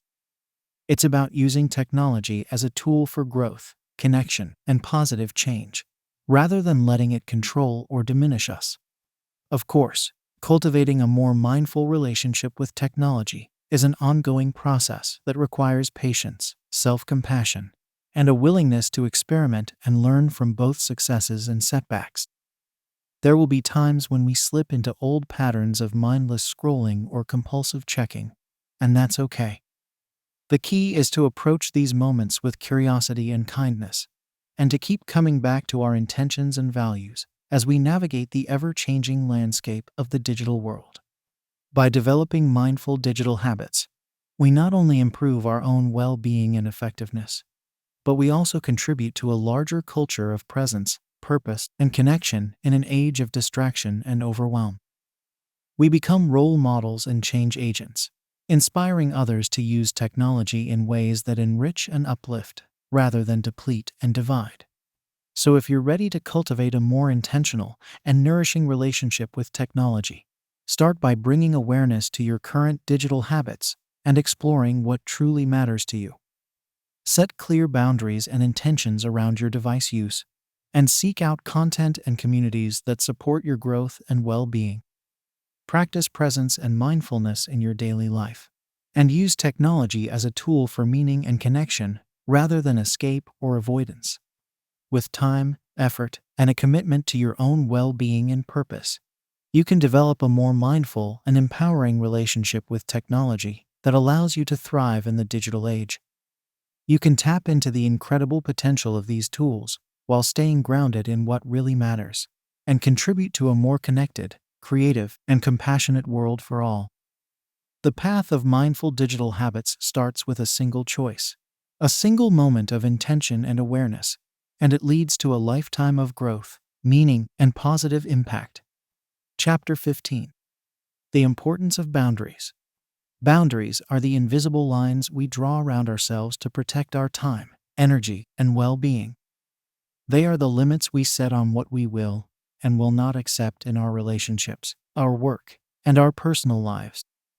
Without clear and healthy boundaries, we can quickly find ourselves feeling overwhelmed, resentful, and burned out as we try to be everything to everyone and neglect our own needs and desires in the process. But setting boundaries is not always easy, especially in a culture that often values productivity, self-sacrifice, and people-pleasing over self-care and authenticity. We may fear that by saying no or setting limits, we will disappoint others, damage relationships, or miss out on opportunities. We may have grown up in families or communities where boundaries were not respected or modeled, and struggle to even know what healthy boundaries look like or feel like. The truth is, however, that boundaries are not only necessary for our own well-being, but they are also essential for creating healthy, respectful, and mutually fulfilling relationships with others. When we are clear about our own needs, values, and limits, we can communicate them more effectively to those around us and create a sense of safety and trust in our interactions. We can also be more present and intentional in how we show up for others, because we are not constantly running on empty or sacrificing our own well-being in the process. So how can we start to cultivate healthier boundaries in our lives? The first step is to get clear on what our boundaries actually are. This means taking some time to reflect on our values, priorities, and non-negotiables, the things that are most important to us, and that we are not willing to compromise on.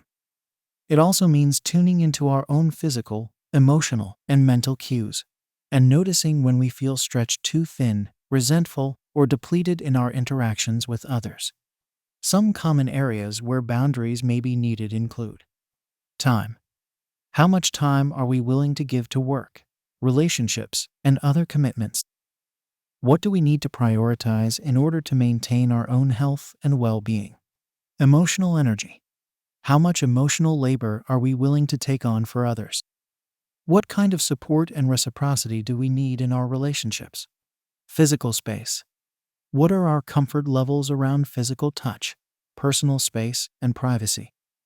How do we communicate these needs to others? Communication. What kind of communication styles and patterns feel healthy and respectful to us? How do we set limits around negative or toxic communication? Once we have a clearer sense of our own boundaries, the next step is to communicate them clearly and consistently to others. This means being direct, specific, and firm in our language, while also being respectful and compassionate towards the other person's needs and feelings. It means being willing to have difficult conversations and navigate potential conflict or pushback, knowing that setting boundaries is ultimately an act of self-care and self-respect. Some tips for communicating boundaries effectively include: use I statements. Instead of blaming or attacking the other person, focus on expressing your own needs and feelings. For example, I feel overwhelmed when I'm asked to take on extra projects at the last minute.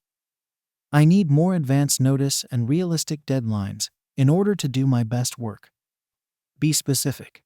Avoid vague or general statements that leave room for interpretation. Be clear about what you need or what you are not willing to do. For example, I am not available to take on any new commitments for the next month, as I need to focus on my own health and well-being. Offer alternatives. If possible, suggest alternative solutions or compromises that take both your needs and the other person's needs into account. For example, I can't attend the event this weekend, but I would be happy to help out with the planning or promotion in other ways. Be consistent. Once you have set a boundary, it's important to stick to it and reinforce it over time. If you make exceptions or allow others to cross your boundaries repeatedly, they may not take them seriously or respect them in the future. Of course, setting and maintaining boundaries is not always a smooth or easy process. There may be times when others resist or push back against our limits, or when we ourselves struggle to uphold them consistently. It's important to remember that boundaries are not about being rigid or inflexible, but rather about being intentional and discerning in how we use our time, energy, and resources. There may also be times when our boundaries need to be adjusted or renegotiated based on changing circumstances or evolving relationships. The key is to stay attuned to our own needs and feelings, and to communicate openly and honestly with others as we navigate these shifts.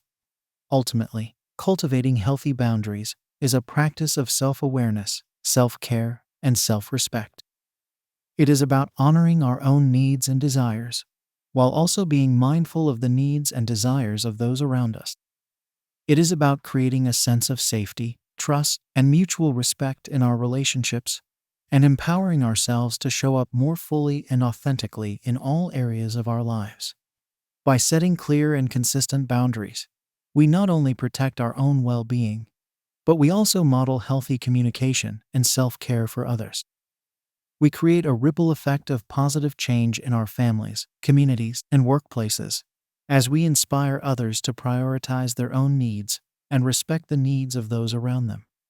Of course, like any new skill or habit, setting boundaries takes practice and patience. We may stumble or falter along the way, as we learn to trust our own instincts and navigate the complexities of human relationships. But with time, effort, and self-compassion, we can cultivate a stronger sense of our own worth and value, and create more fulfilling and authentic connections with others. So if you find yourself feeling stretched too thin, resentful, or depleted in your relationships or commitments, take a step back and reflect on where your boundaries may need some attention. What are the non-negotiables that you need to prioritize in order to maintain your own health and well-being? What are the limits you need to set in order to show up more fully and authentically in your life? Start small and be patient with yourself as you practice communicating and upholding your boundaries. Surround yourself with supportive people who respect and honor your needs, and be willing to let go of relationships or commitments that consistently drain or deplete you. Above all, remember that setting boundaries is not selfish or self-centered. It is a necessary and loving act of self-care that benefits not only ourselves, but also those around us. By modeling healthy boundaries and communication, we create a world where everyone's needs and desires are valued and respected, and where we can all thrive and flourish together. Chapter 16. Cultivating Resilience. Life is full of challenges, setbacks, and unexpected twists and turns. No matter how carefully we plan or how hard we work, there will always be moments when we are faced with adversity, disappointment, or even tragedy.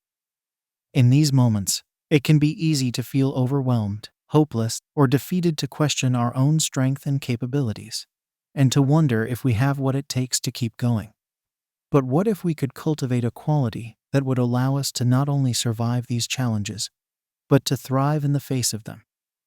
What if we could develop a sense of inner strength, flexibility, and adaptability that would enable us to bounce back from setbacks, learn from our mistakes, and keep moving forward with courage and determination?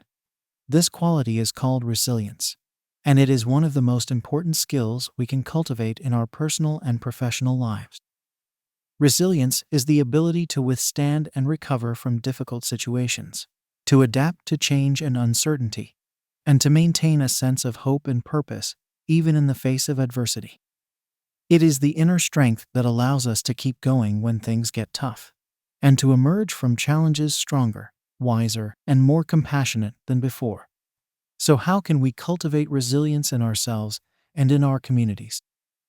The first step is to understand that resilience is not a fixed trait, but rather a skill that can be developed and strengthened over time. Just like any other muscle in our body, resilience grows stronger with practice and intentional effort. One way to build resilience is to reframe challenges as opportunities for growth and learning. When we face a setback or obstacle, it can be tempting to see it as a personal failure or a sign that we are not good enough.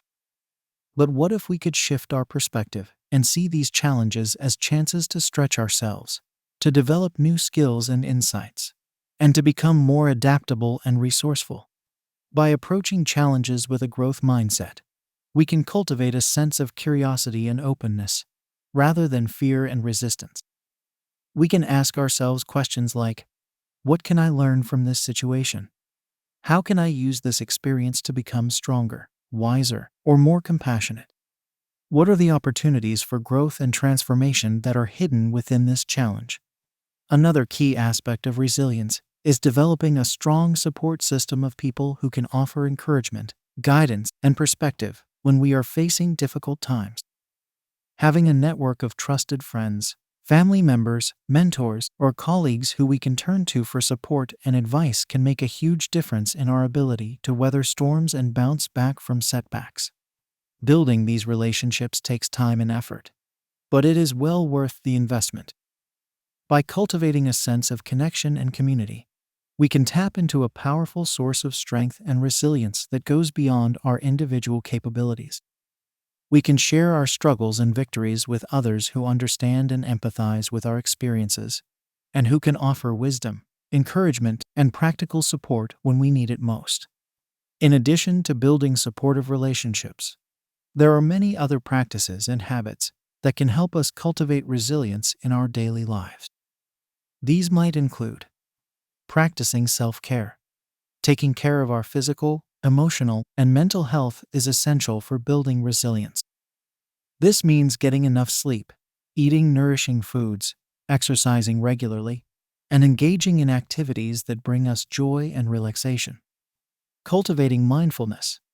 Mindfulness practices like meditation, deep breathing, or yoga can help us stay grounded and centered in the present moment, even in the face of stress and uncertainty.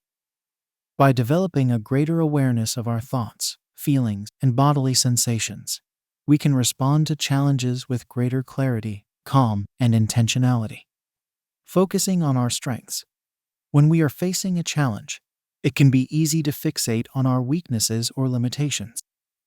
But by shifting our focus to our strengths and capabilities, we can tap into a sense of confidence and empowerment that can help us overcome obstacles and achieve our goals.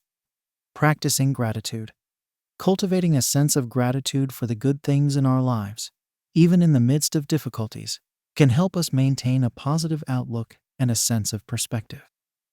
By regularly reflecting on the people, experiences, and blessings that we are thankful for, we can build a reservoir of positive emotion and resilience that can sustain us through tough times. Setting realistic goals. Having a sense of purpose and direction can be a powerful source of motivation and resilience. But it is important to set goals that are realistic and achievable. By breaking down larger goals into smaller, manageable steps, and celebrating our progress along the way, we can build momentum and confidence in our ability to overcome challenges and achieve our dreams. Of course, cultivating resilience is not always easy, and there will be times when we feel like giving up or giving in to despair. In these moments, it is important to remember that resilience is not about being perfect or invulnerable, but rather about being human and adaptable. It is about having the courage to face our fears and vulnerabilities, to ask for help when we need it, and to keep showing up for ourselves and others, even when it feels hard or uncomfortable. Ultimately, resilience is about embracing the full range of human experience, the joys and the sorrows, the triumphs and the struggles, and finding meaning and purpose in all of it. It is about developing a sense of inner strength and flexibility that allows us to bend without breaking, to learn and grow from our experiences, and to keep moving forward with hope and determination. By cultivating resilience in ourselves and in our communities, we can create a world that is more compassionate, connected, and capable of facing the challenges of our time. We can inspire others with our courage and perseverance, and create ripples of positive change that extend far beyond our individual lives. So if you find yourself facing a challenge or setback, remember that you have the inner strength and resilience to overcome it. Reach out to your support system, practice self-care and mindfulness, focus on your strengths and goals, and keep showing up for yourself and others with courage and compassion. Know that every challenge is an opportunity for growth and transformation, and that by cultivating resilience, you are not only building your own inner strength, but also contributing to a more resilient and hopeful world for all. Chapter 17. The mindful approach to networking. Networking is often seen as a necessary evil in the professional world, a daunting and sometimes awkward process of making small talk, exchanging business cards, and trying to impress strangers with our accomplishments and credentials. But what if we could approach networking from a different perspective, one that is grounded in mindfulness, authenticity, and a genuine desire to connect with others? The mindful approach to networking is about shifting our focus from self-promotion and transactional interactions to building authentic, mutually beneficial relationships based on shared values, interests, and goals. It is about being present and attentive in our conversations, listening deeply to others' stories and perspectives, and looking for ways to add value and support to their lives and work. This approach requires a willingness to be vulnerable, to share our own struggles and aspirations, and to approach each interaction with curiosity, empathy, and an open mind. It means letting go of our own agendas and expectations, and being open to the serendipity and synchronicity that can arise when we connect with others from a place of presence and purpose. So how can we cultivate a more mindful approach to networking in our professional lives? Here are some tips and strategies to consider. Start with intention. Before attending a networking event or reaching out to a new contact. Take a few moments to reflect on your intentions and values. What kind of relationships do you want to build, and why? What qualities or experiences do you want to share with others? And what do you hope to learn from them in return? By setting a clear and meaningful intention for your networking efforts, you can approach each interaction with greater purpose and authenticity. Focus on quality over quantity.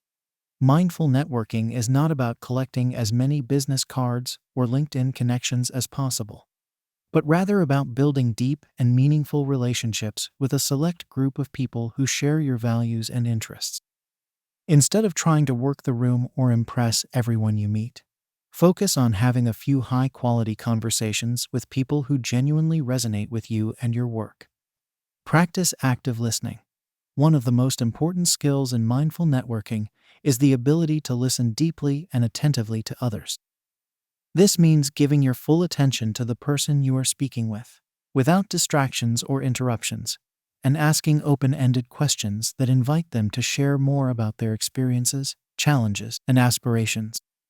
By practicing active listening, you can build trust and rapport with others, and gain valuable insights and perspectives that can inform your own work and life. Share your own story. Mindful networking is not just about listening to others, but also about sharing your own story and experiences in a way that is authentic and relatable. This means being willing to be vulnerable and transparent about your own struggles, failures, and aspirations, and inviting others to do the same. By sharing your own story, you can create a sense of connection and relatability with others, and inspire them to share their own experiences and insights in return. Look for ways to add value. Mindful networking is not just about what you can gain from others, but also about what you can give and contribute to their lives and work.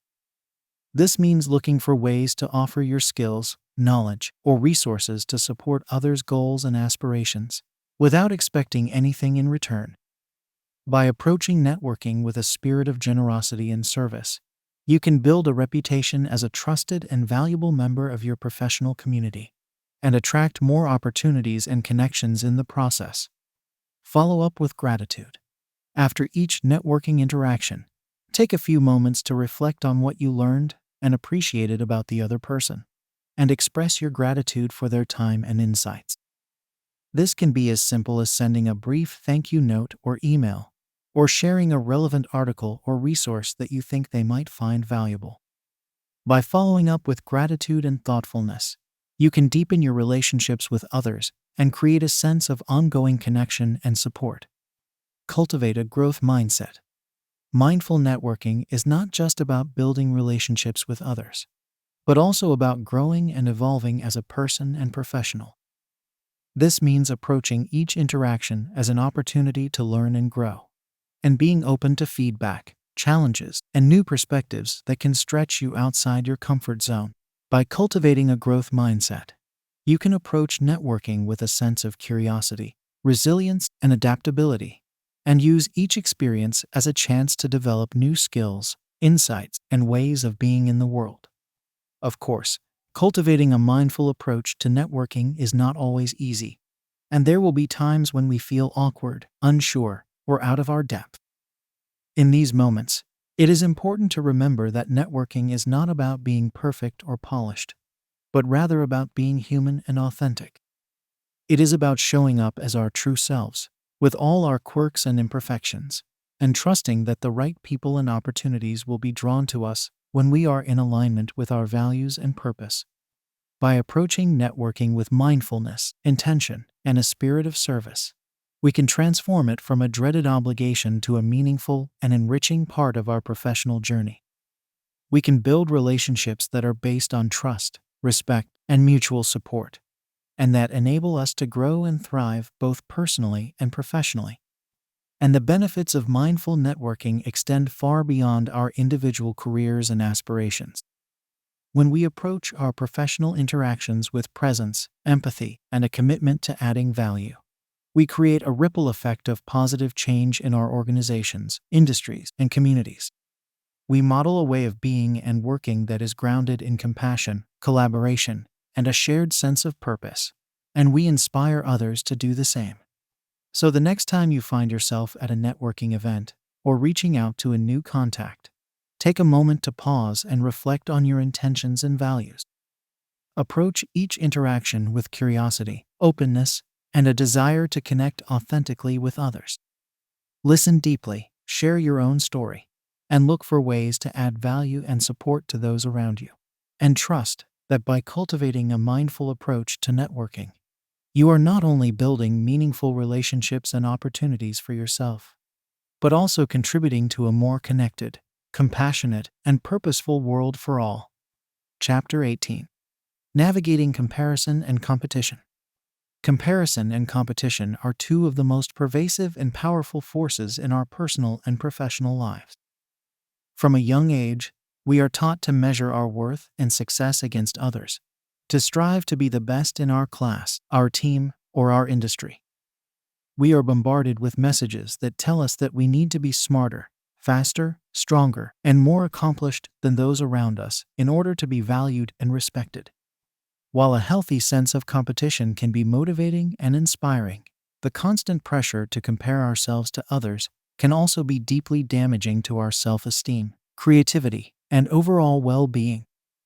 When we are constantly looking to others to validate our own worth and abilities, we can easily fall into patterns of self-doubt, anxiety, and even self-sabotage.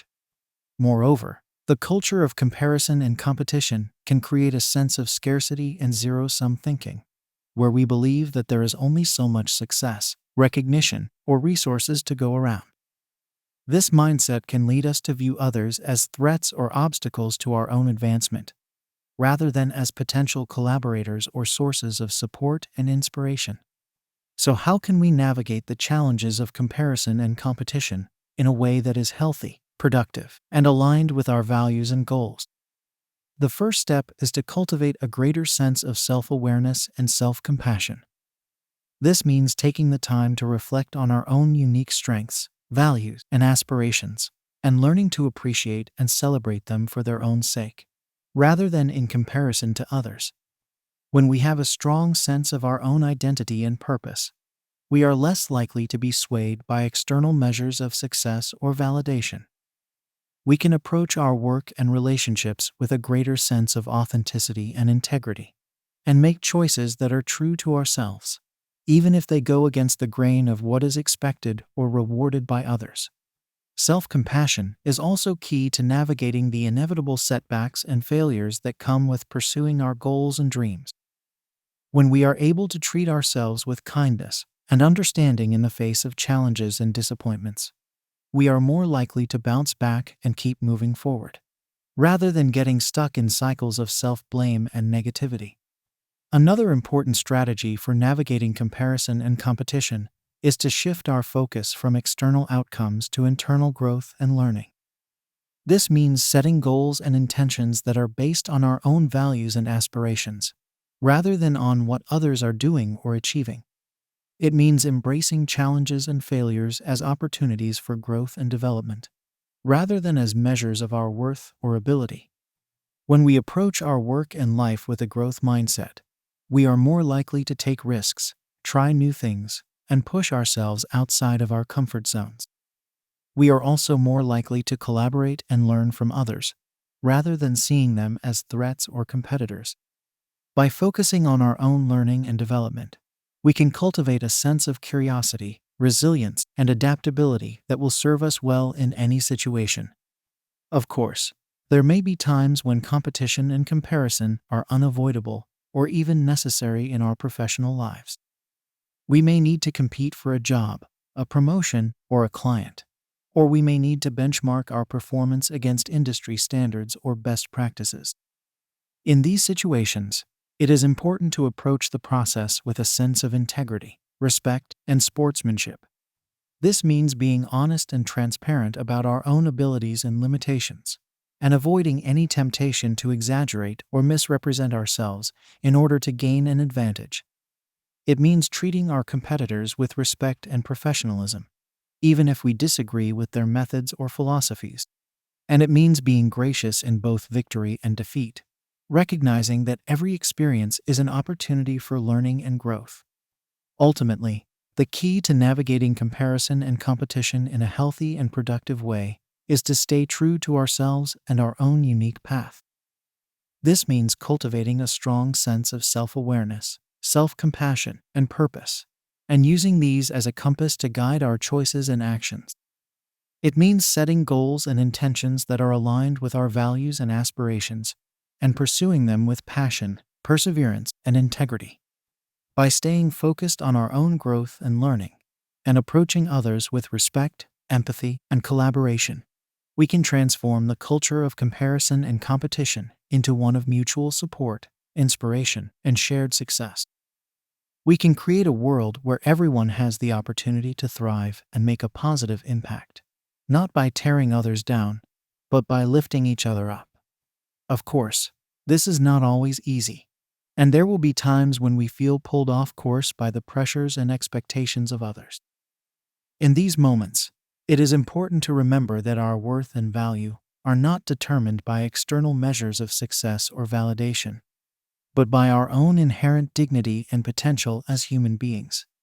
By cultivating a strong sense of self-awareness, self-compassion, and purpose, and by staying true to our own unique path, we can navigate the challenges of comparison and competition with grace, resilience, and integrity. We can inspire others to do the same, and create a world where everyone has the opportunity to shine and make a positive impact, not by competing against each other, but by collaborating and supporting one another. So the next time you find yourself getting caught up in the cycle of comparison and competition, take a step back and reconnect with your own values, strengths, and aspirations. Treat yourself with kindness and understanding, and approach others with respect and empathy. Stay focused on your own growth and learning, and trust that by staying true to yourself and your own unique path, you will find the success and fulfillment that you seek. Chapter 19. The Power of Mindful Delegation. As we pursue our goals and aspirations, there will inevitably be times when we find ourselves stretched thin, overwhelmed by the sheer volume of tasks and responsibilities on our plate. In these moments, it can be tempting to try to do everything ourselves, to believe that we are the only ones who can get the job done right. But this mindset can quickly lead to burnout, stress, and a sense of isolation and disconnection from others. Mindful delegation is the practice of entrusting tasks and responsibilities to others in a way that is intentional, empowering, and aligned with our values and goals. It is about recognizing our own limitations and leveraging the strengths and capabilities of those around us to achieve our shared objectives. When done effectively, mindful delegation can not only lighten our own workload and reduce stress, but also foster a sense of trust, collaboration, and shared ownership among team members. However, delegation is not always easy, especially for those who are used to being in control or who have a hard time letting go of perfectionism. There can be a fear that others will not do the job as well as we would, or that we will be seen as weak or incompetent if we ask for help. There may also be a sense of guilt or responsibility, a belief that we should be able to handle everything on our own. To overcome these barriers and cultivate a more mindful approach to delegation, we need to shift our mindset from one of scarcity and control to one of abundance and empowerment. This means recognizing that there are many capable and talented people around us who can contribute to our success, and that by sharing the load and leveraging their strengths, we can achieve more than we ever could on our own. The first step in mindful delegation is to get clear on our own priorities and goals. What are the most important tasks and initiatives that we need to focus on in order to move forward? What are the areas where we have unique strengths and expertise, and where can we add the most value? By identifying our own essential responsibilities and delegating the rest, we can free up more time and energy to focus on the things that matter most. Next, we need to identify the right people to delegate to. This means looking for team members who have the skills, experience, and motivation to take on the task at hand, and who are aligned with our values and goals. It also means being open to diverse perspectives and approaches, and recognizing that others may have different ways of doing things that can be just as effective as our own. When delegating tasks, It is important to be clear and specific about what needs to be done, why it is important, and what success looks like. This means providing clear instructions and guidelines, as well as any necessary resources or support. It also means setting realistic timelines and expectations, and being available to answer questions or provide guidance as needed. At the same time, mindful delegation is not about micromanaging or constantly checking in on progress. It is about trusting others to do their best work and giving them the autonomy and space to take ownership of the task. This means being willing to let go of control and allowing others to make decisions and take risks, even if they may do things differently than we would. Of course, delegation is not a one-time event, but an ongoing process of communication, feedback, and collaboration. It is important to establish regular check-ins and milestones to ensure that everyone is on track and aligned, and to make any necessary adjustments along the way. It is also important to celebrate successes and acknowledge the contributions of team members, both individually and collectively. By cultivating a culture of mindful delegation, we can not only achieve our goals more efficiently and effectively, but also foster a sense of trust, empowerment, and shared purpose among our team. When everyone feels valued and invested in the success of the project or organization, they are more likely to bring their best selves to the table and go above and beyond to achieve results. Moreover, mindful delegation can have ripple effects beyond the immediate task or project at hand.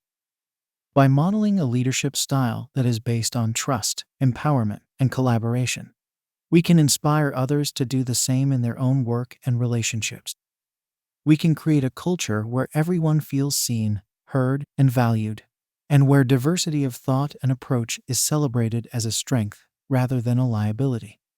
Of course, cultivating a mindful approach to delegation is not always easy, and there will be times when we may struggle with letting go of control or trusting others to do the job. In these moments, it is important to practice self-awareness and self-compassion, and to remind ourselves that delegation is not a sign of weakness, but a sign of strength and leadership. By being intentional and strategic about what we delegate and to whom, and by approaching the process with clarity, trust, and empowerment, we can harness the power of mindful delegation to achieve our goals and create a more collaborative, fulfilling, and impactful world for all. So the next time you find yourself feeling overwhelmed or stretched thin, take a step back and ask yourself, what can I delegate, and to whom? How can I empower others to take ownership and contribute their unique strengths and perspectives? And how can I cultivate a culture of trust, collaboration, and shared purpose in all that I do? Chapter 20. Mindful Leadership. Leadership is a complex and multifaceted role that requires a unique combination of skills, qualities, and mindsets. At its heart, leadership is about inspiring, guiding, and empowering others to achieve a shared vision or goal. It is about creating a sense of purpose, direction, and motivation that enables individuals and teams to work together effectively and navigate challenges and opportunities with resilience and adaptability. However, traditional models of leadership often emphasize top-down authority, hierarchical decision-making, and a focus on short-term results over long-term sustainability. In contrast, mindful leadership is an approach that prioritizes presence, compassion, and clarity in all aspects of the leadership role. It is about cultivating a deep awareness of oneself, others, and the larger systems and contexts in which we operate, and using that awareness to make wise, ethical, and effective decisions. Mindful leadership begins with a foundation of self-awareness and self-management. As leaders, we must be willing to look honestly at our own strengths, weaknesses, values, and biases, and to cultivate practices and habits that enable us to show up with greater presence, clarity, and emotional intelligence. This might include regular meditation or mindfulness practice, journaling or self-reflection, seeking feedback from others, and engaging in ongoing learning and development. By cultivating a deeper understanding of ourselves, we can develop the capacity to regulate our own emotions, manage stress and uncertainty, and communicate with greater authenticity and impact. We can also develop a greater sense of empathy and compassion for others, recognizing that everyone has their own unique experiences, perspectives, and needs. Mindful leadership also involves a commitment to building strong, trusting relationships with others. This means creating a culture of openness, transparency, and psychological safety, where everyone feels valued, respected, and able to bring their full selves to the table. It means actively listening to others, seeking out diverse perspectives and ideas, and fostering a sense of collaboration and shared ownership. When we approach our leadership role with a mindset of service and empowerment, rather than ego or control, we create the conditions for others to thrive and contribute their best work.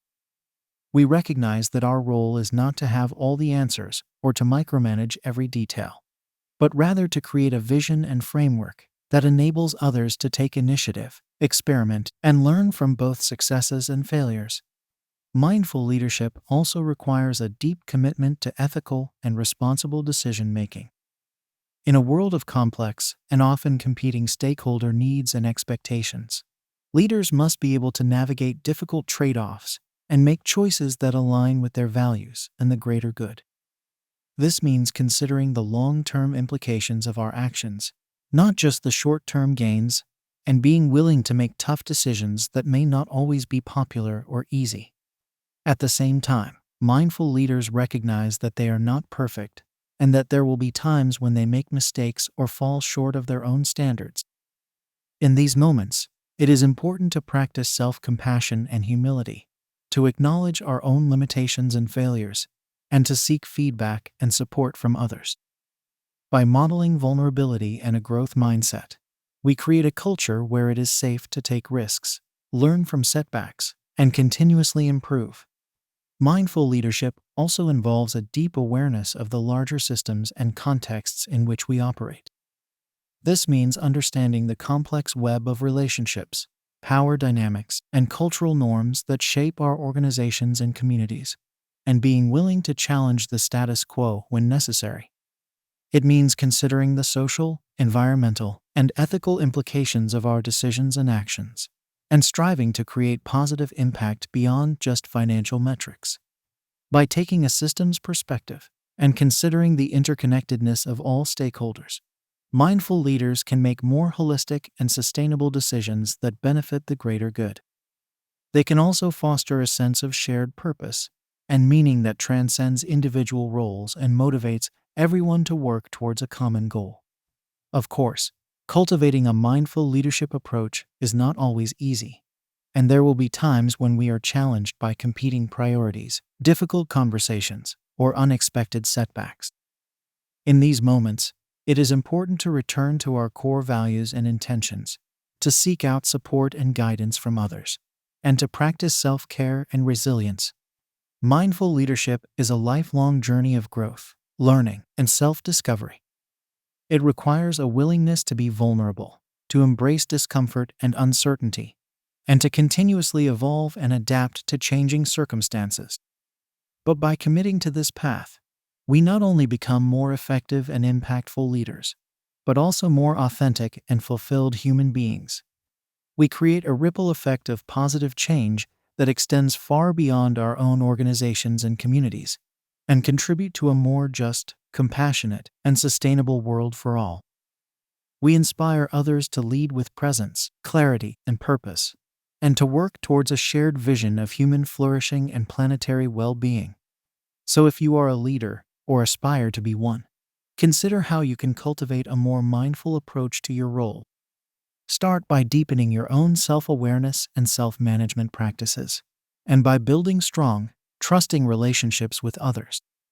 Seek out diverse perspectives and ideas, and make decisions that align with your values and the greater good. And remember that leadership is not about perfection or control, but about presence, compassion, and the willingness to learn and grow alongside others. With dedication and practice, you can become a more mindful, effective, and impactful leader, and contribute to a more awakened and compassionate world for all. The journey may not always be easy, but it is one of the most rewarding and meaningful paths we can take as human beings. So lead with courage, authenticity, and purpose, and trust in the power of mindful leadership to transform yourself, your organization, and the world around you. Chapter 21. The Art of Saying No. Saying no is one of the most powerful and essential skills we can cultivate in our personal and professional lives. It is the ability to set clear boundaries, protect our time and energy, and communicate our needs and priorities with confidence and clarity. Yet for many of us, saying no can be challenging, uncomfortable, and even fear-inducing. We may worry about disappointing others, damaging relationships, or missing out on opportunities. We may feel guilty or selfish for prioritizing our own needs over the demands and expectations of others. We may have a deep-seated belief that our worth and value are tied to our ability to say yes and please others, even at the expense of our own well-being. However, learning to say no is not only essential for our own health and happiness, but also for our ability to show up fully and authentically in the world. When we are constantly saying yes to things that don't align with our values, goals, or capacity, we spread ourselves thin, become overwhelmed and resentful, and ultimately diminish our ability to make a meaningful impact in the areas that truly matter to us. Saying no, on the other hand, allows us to create space for the things that are most important and fulfilling to us. It enables us to focus our time, energy, and attention on the relationships, projects, and activities that bring us joy, purpose, and growth. It communicates to others that we value ourselves and our own needs, and that we are willing to set boundaries to protect and honor those needs. Of course, saying no is not always easy, and there may be times when we feel torn between competing priorities or pressures. In these moments, it can be helpful to have a framework or process for evaluating requests and making decisions that align with our values and goals. Some questions to consider when deciding whether to say yes or no to a request might include: does this request align with my values, goals, and priorities? Do I have the time, energy, and resources to fulfill this request without compromising my own well-being or other important commitments? Is this request something that I genuinely want to do? Or am I saying yes out of obligation, guilt, or fear of disappointing others? What are the potential consequences of saying yes or no, both for myself and for others involved? Is there a way to negotiate or find a compromise that meets both my needs and the needs of the person making the request? By taking the time to reflect on these questions and get clear on our own priorities and boundaries, we can make more intentional and aligned decisions about where to invest our time and energy. When it comes to actually communicating a no, there are some key strategies and techniques that can help us do so with confidence, clarity, and grace. The first is to be direct, specific, and honest in our language. Rather than making excuses or beating around the bush, it is important to clearly and simply state our decision and the reasons behind it. For example, instead of saying, "I'm sorry, I'm just really busy right now," we might say, "Thank you for thinking of me, but I need to prioritize my current projects and commitments right now, so I won't be able to take this on." Another important aspect of saying no is to do so with kindness and empathy. Even if we are declining a request, we can still communicate our appreciation for the person making the request and our understanding of their needs or perspective. We can also offer alternative solutions or resources if appropriate, to show that we are still willing to support them in other ways. For example, we might say, "I really appreciate you reaching out, and I know how important this project is to you. While I can't take on a leadership role right now, I would be happy to provide some feedback or resources that might be helpful." It is also important to remember that saying no is not a one-time event, but an ongoing practice that requires consistency and reinforcement over time. As we build the muscle of setting and communicating boundaries, we may face resistance, pushback, or even anger from others who are not used to us saying no. In these moments, it is crucial to stay grounded in our own values and priorities, and to continue to communicate our boundaries with clarity and compassion. We may need to have difficult conversations or navigate complex relationships, but by staying true to ourselves and our needs, we create the conditions for more authentic and fulfilling connections with others. Ultimately, the art of saying no is about more than just declining requests or protecting our time. It is about claiming our own agency, autonomy, and self-worth. It is about recognizing that we are the authors of our own lives, and that we have the power and responsibility to shape our reality in ways that align with our deepest values and aspirations. When we learn to say no with confidence and clarity, we create space for the things that truly matter to us, the relationships, experiences, and pursuits that bring us meaning, joy, and growth. We communicate to ourselves and others that we are worthy of respect, care, and consideration, and that our needs and desires are valid and important. Of course, like any skill, learning to say no takes practice, patience, and self-compassion. There will be times when we stumble, second-guess ourselves, or feel guilty for setting boundaries. But by staying connected to our own inner wisdom and values, and by surrounding ourselves with supportive and understanding people, we can gradually build the resilience and confidence to navigate even the most challenging situations with grace and integrity. So if you find yourself struggling to say no, or feeling overwhelmed by the demands and expectations of others, remember that you have the power and the right to set boundaries and prioritize your own well-being. Start by getting clear on your own values, goals, and capacities, and by communicating your needs and limits with honesty, kindness, and respect. And trust that by learning to say no with confidence and clarity, you are not only taking care of yourself, but also modeling a way of being that inspires and empowers others to do the same. You are contributing to a world where we all have the space and support to thrive, and where our collective well-being is rooted in the authentic expression of our individual needs, desires, and gifts. Saying no may not always be easy, but it is always worth it for ourselves, for our relationships, and for the world we wish to create. So let us embrace the art of saying no with courage, compassion, and conviction, and trust in the transformative power of living in alignment with our deepest truths and values. Chapter 22. Embracing uncertainty. Life is inherently unpredictable, filled with twists and turns that we can never fully anticipate or control. Despite our best efforts to plan, prepare, and create stability, there will always be moments of uncertainty, change, and upheaval that challenge us to adapt, grow, and evolve. Whether it's a sudden job loss, a health crisis, a relationship ending, or a global pandemic, uncertainty is an inevitable part of the human experience. Yet for many of us, uncertainty can be deeply unsettling, triggering feelings of anxiety, fear, and insecurity. We may cling to the illusion of control, trying to predict and manage every possible outcome, or we may become paralyzed by indecision, unable to move forward in the face of unknown risks and challenges. We may seek comfort in familiar routines and patterns, even if they no longer serve us, rather than embracing the possibility of change and growth. However, what if we could learn to see uncertainty not as a threat, but as an opportunity? What if we could cultivate the resilience, adaptability, and creativity needed to thrive in the face of change and ambiguity? What if we could learn to embrace uncertainty as a natural and essential part of the journey of life, and trust in our own capacity to navigate whatever challenges come our way?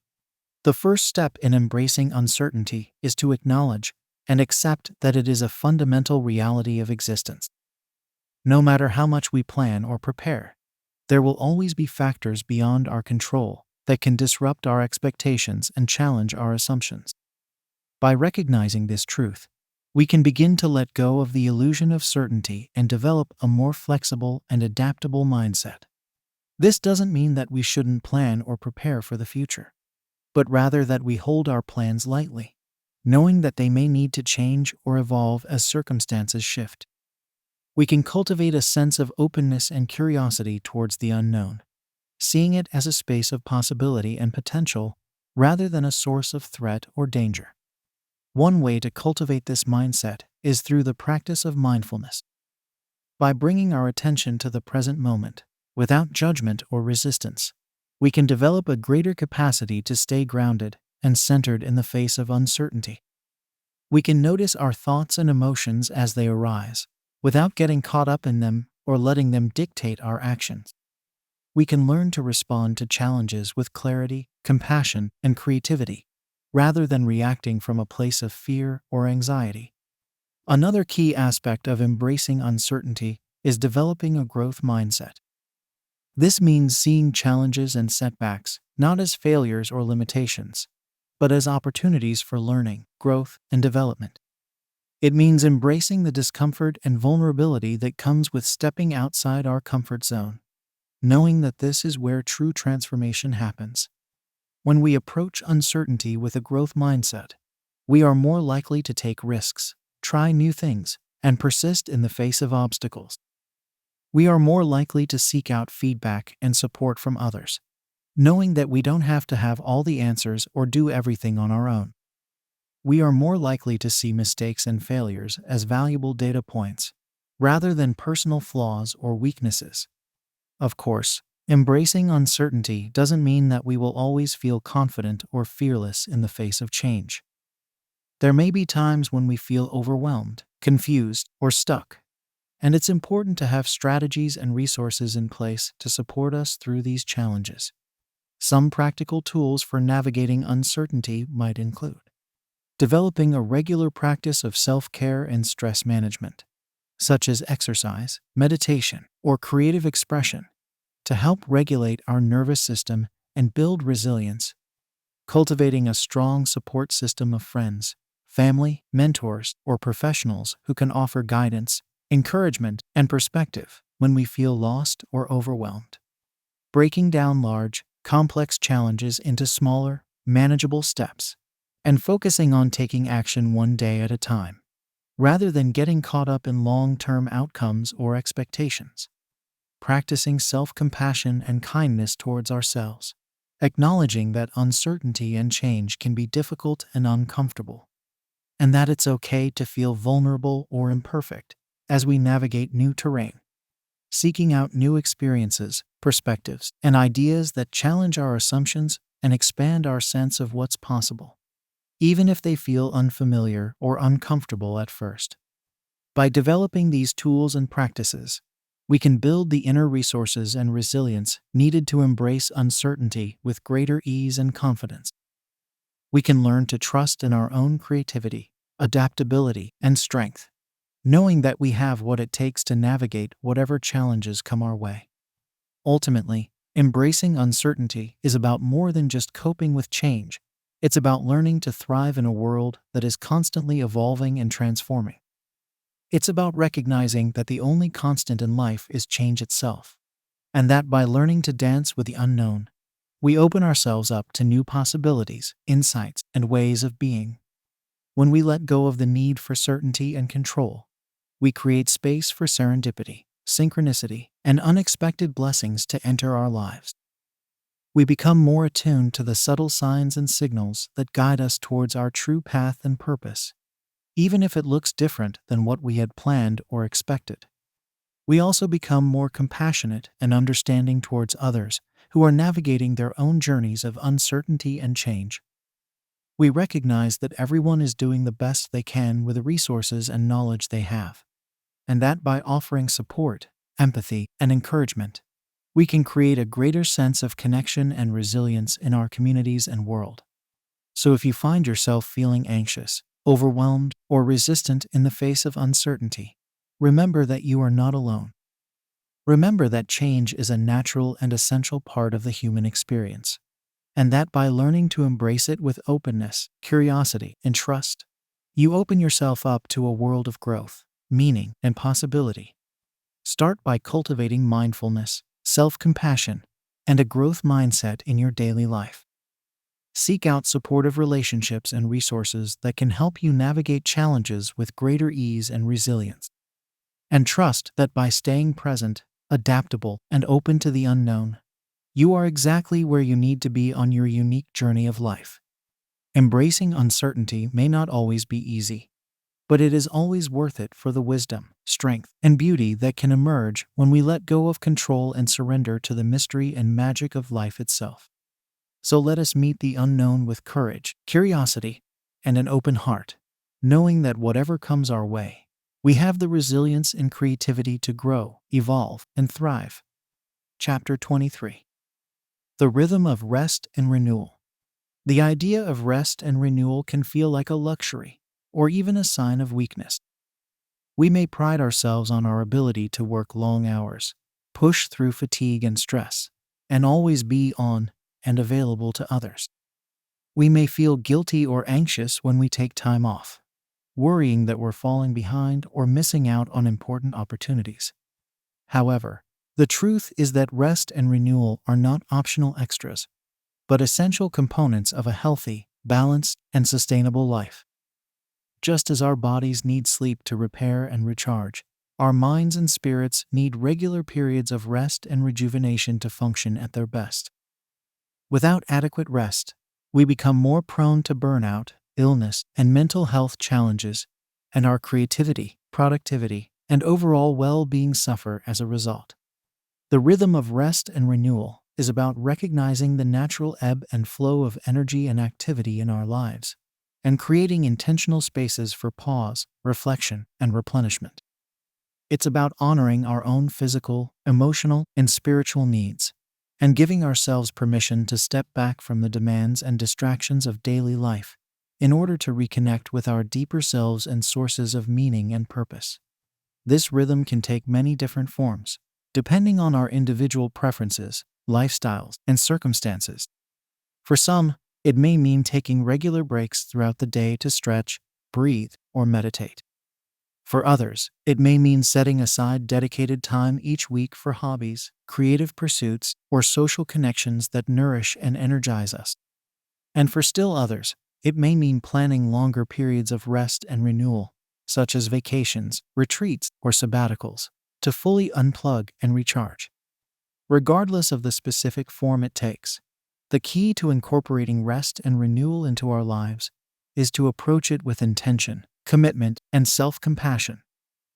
This means setting clear boundaries around our time and energy, communicating our needs and limits to others, and giving ourselves permission to say no to activities or requests that don't align with our values or priorities.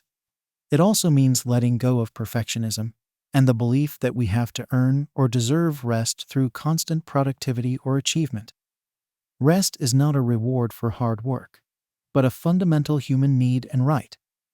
By treating it as such, we can begin to prioritize it in our lives and create more space for the things that truly matter to us.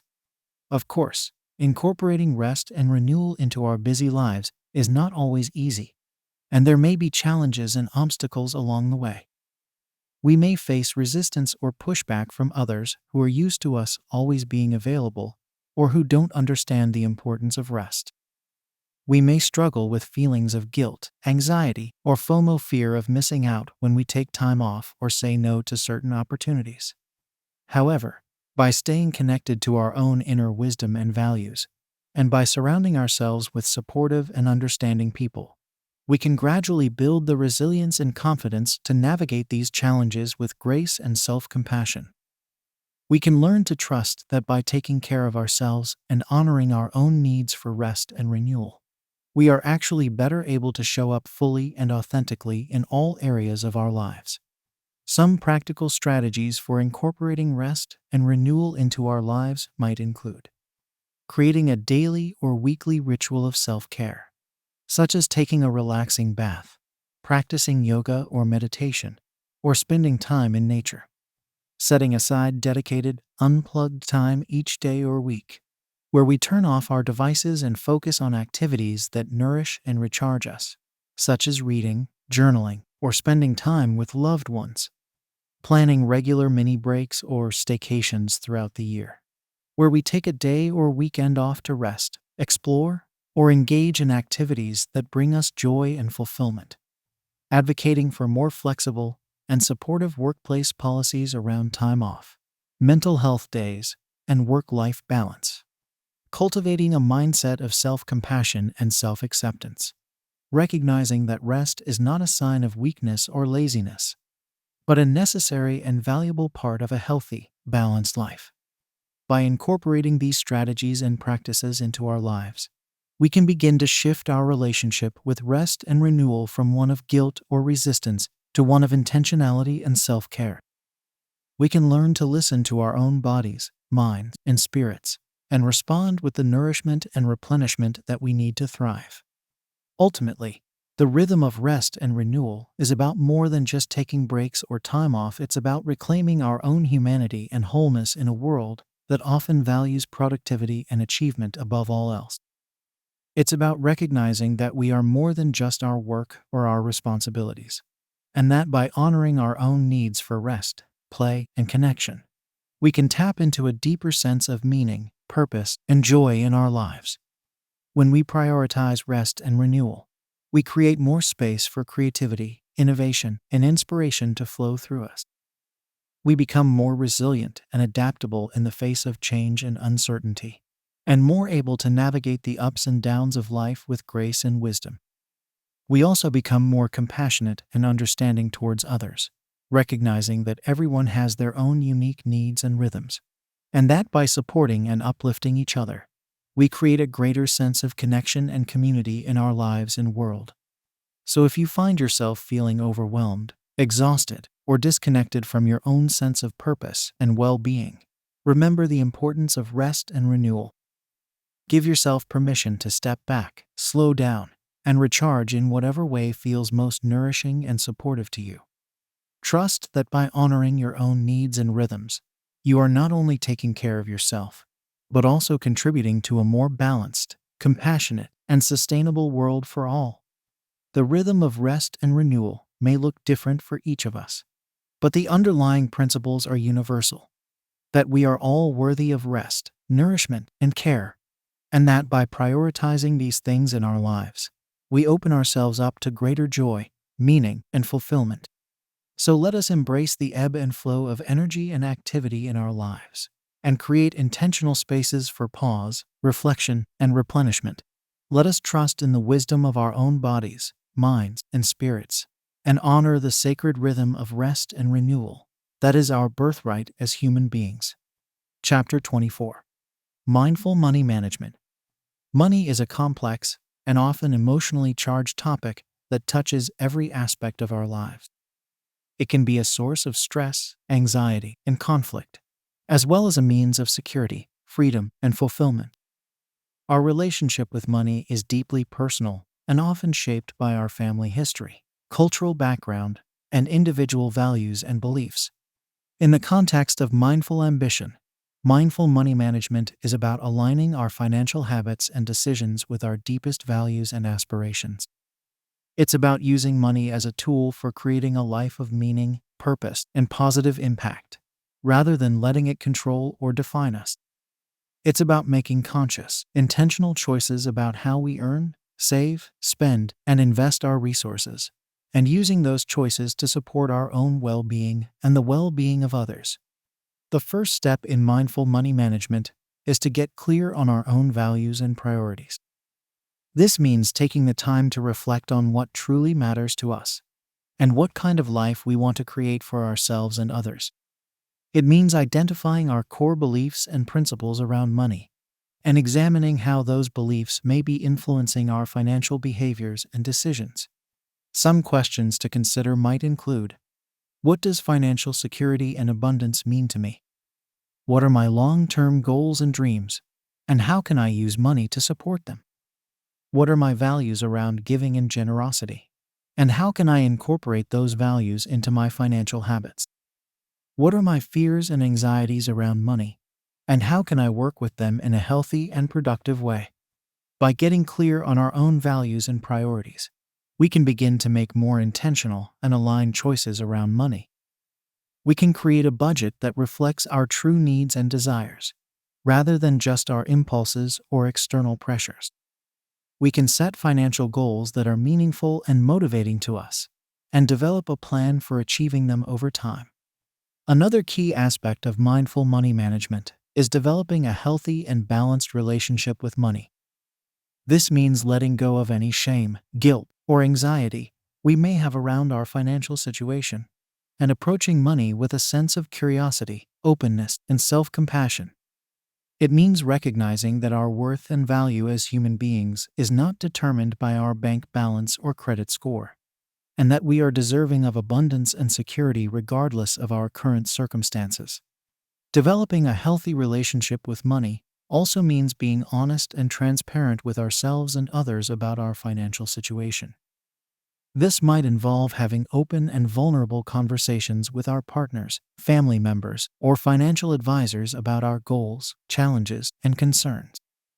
It might also involve seeking out education and support around financial literacy and planning, and being willing to ask for help when we need it. In addition to getting clear on our values and developing a healthy relationship with money, mindful money management also involves making conscious and intentional choices around earning, saving, spending, and investing. This means being strategic and proactive about how we generate income, whether through our primary job, side hustles, or passive income streams. It means setting aside a portion of our income for short-term and long-term savings goals, such as an emergency fund, retirement account, or travel fund. When it comes to spending, mindful money management is about making choices that align with our values and priorities, rather than just our impulses or desires. This might mean prioritizing experiences over material possessions, or choosing to support local and ethical businesses over big box stores or fast fashion retailers. It might also mean being mindful of our environmental impact and choosing to invest in sustainable and socially responsible products and services. Investing is another area where mindful money management can have a significant impact. By choosing to invest in companies and funds that align with our values and vision for the world, we can use our financial resources to support positive change and growth. This might involve researching and selecting investments based on environmental, social, and governance criteria, or participating in impact investing or community development initiatives. Of course, mindful money management is not about being perfect or never making mistakes. It's about bringing awareness, intention, and compassion to our financial choices and learning from our experiences along the way. There may be times when we overspend, undersave, or make investments that don't pan out as we hoped.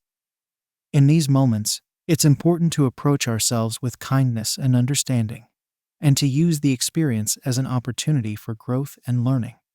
Some practical strategies for incorporating mindful money management into our lives might include creating a values-based budget that reflects our true needs, desires, and priorities, and reviewing and adjusting it regularly as our circumstances change.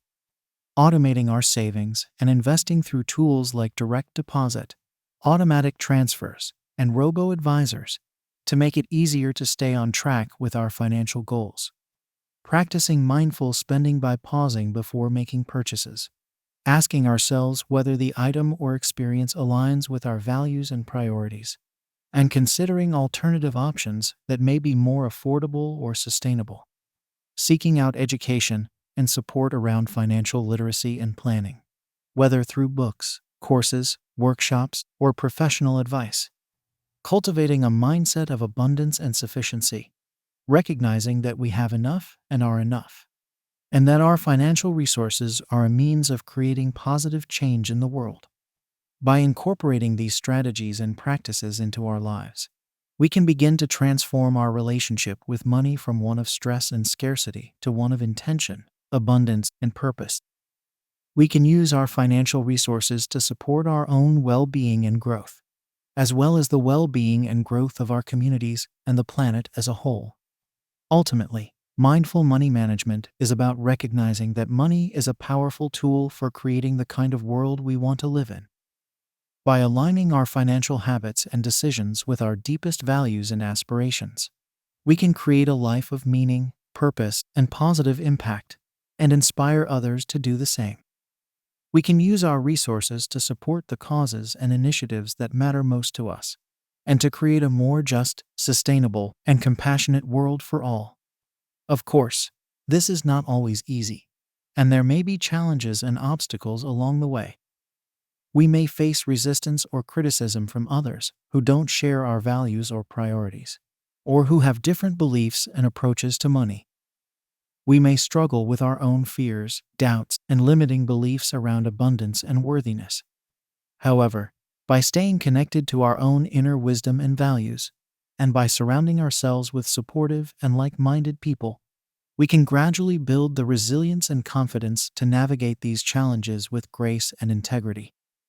We can learn to trust in the inherent goodness and generosity of the universe, and to use our financial resources as a means of creating more love, joy, and connection in the world.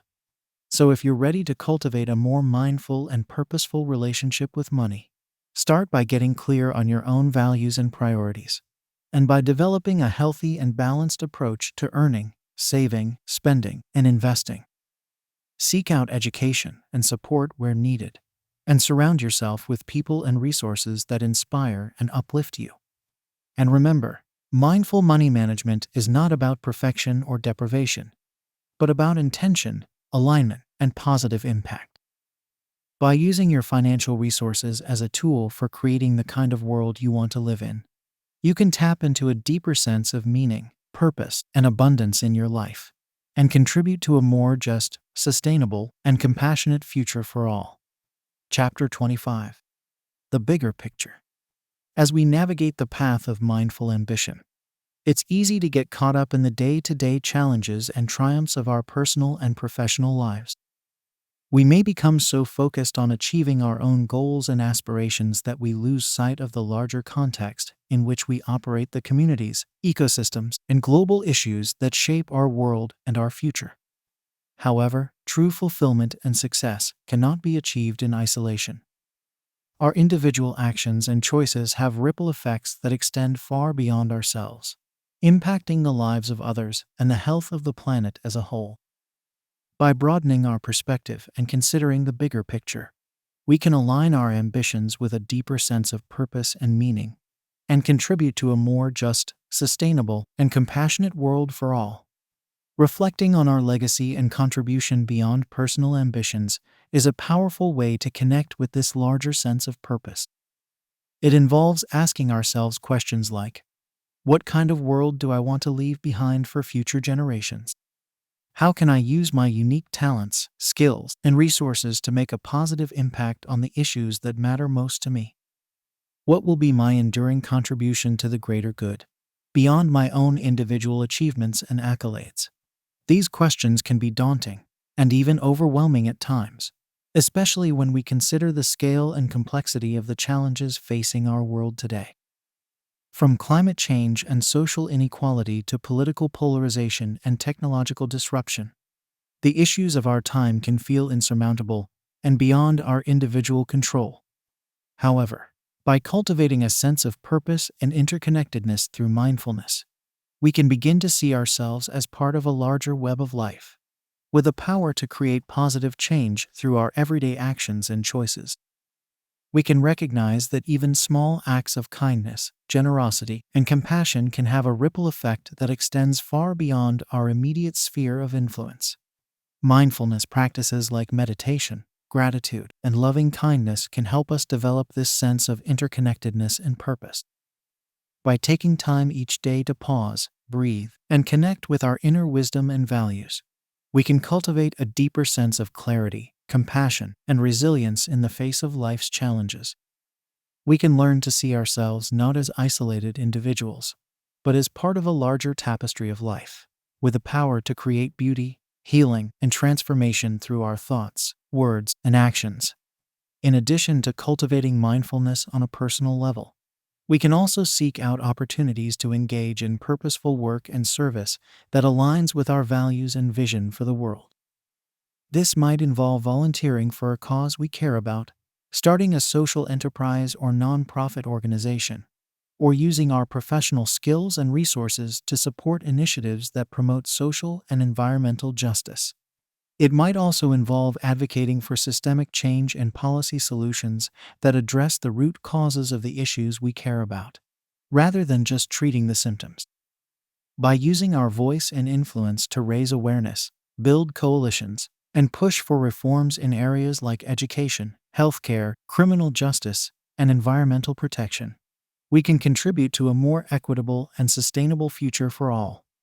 Of course, Engaging in purposeful work and service is not always easy, and there may be challenges and setbacks along the way. We may face resistance or criticism from those who benefit from the status quo, or who have different values and priorities than our own. We may struggle with feelings of hopelessness, overwhelm, or burnout in the face of complex and entrenched problems. However, by staying connected to our deepest values and purpose, and by cultivating a sense of resilience, adaptability, and compassion, we can weather these challenges and continue to make a positive impact over time. We can learn to celebrate the small victories and incremental progress, while also holding a vision for the larger transformation we seek.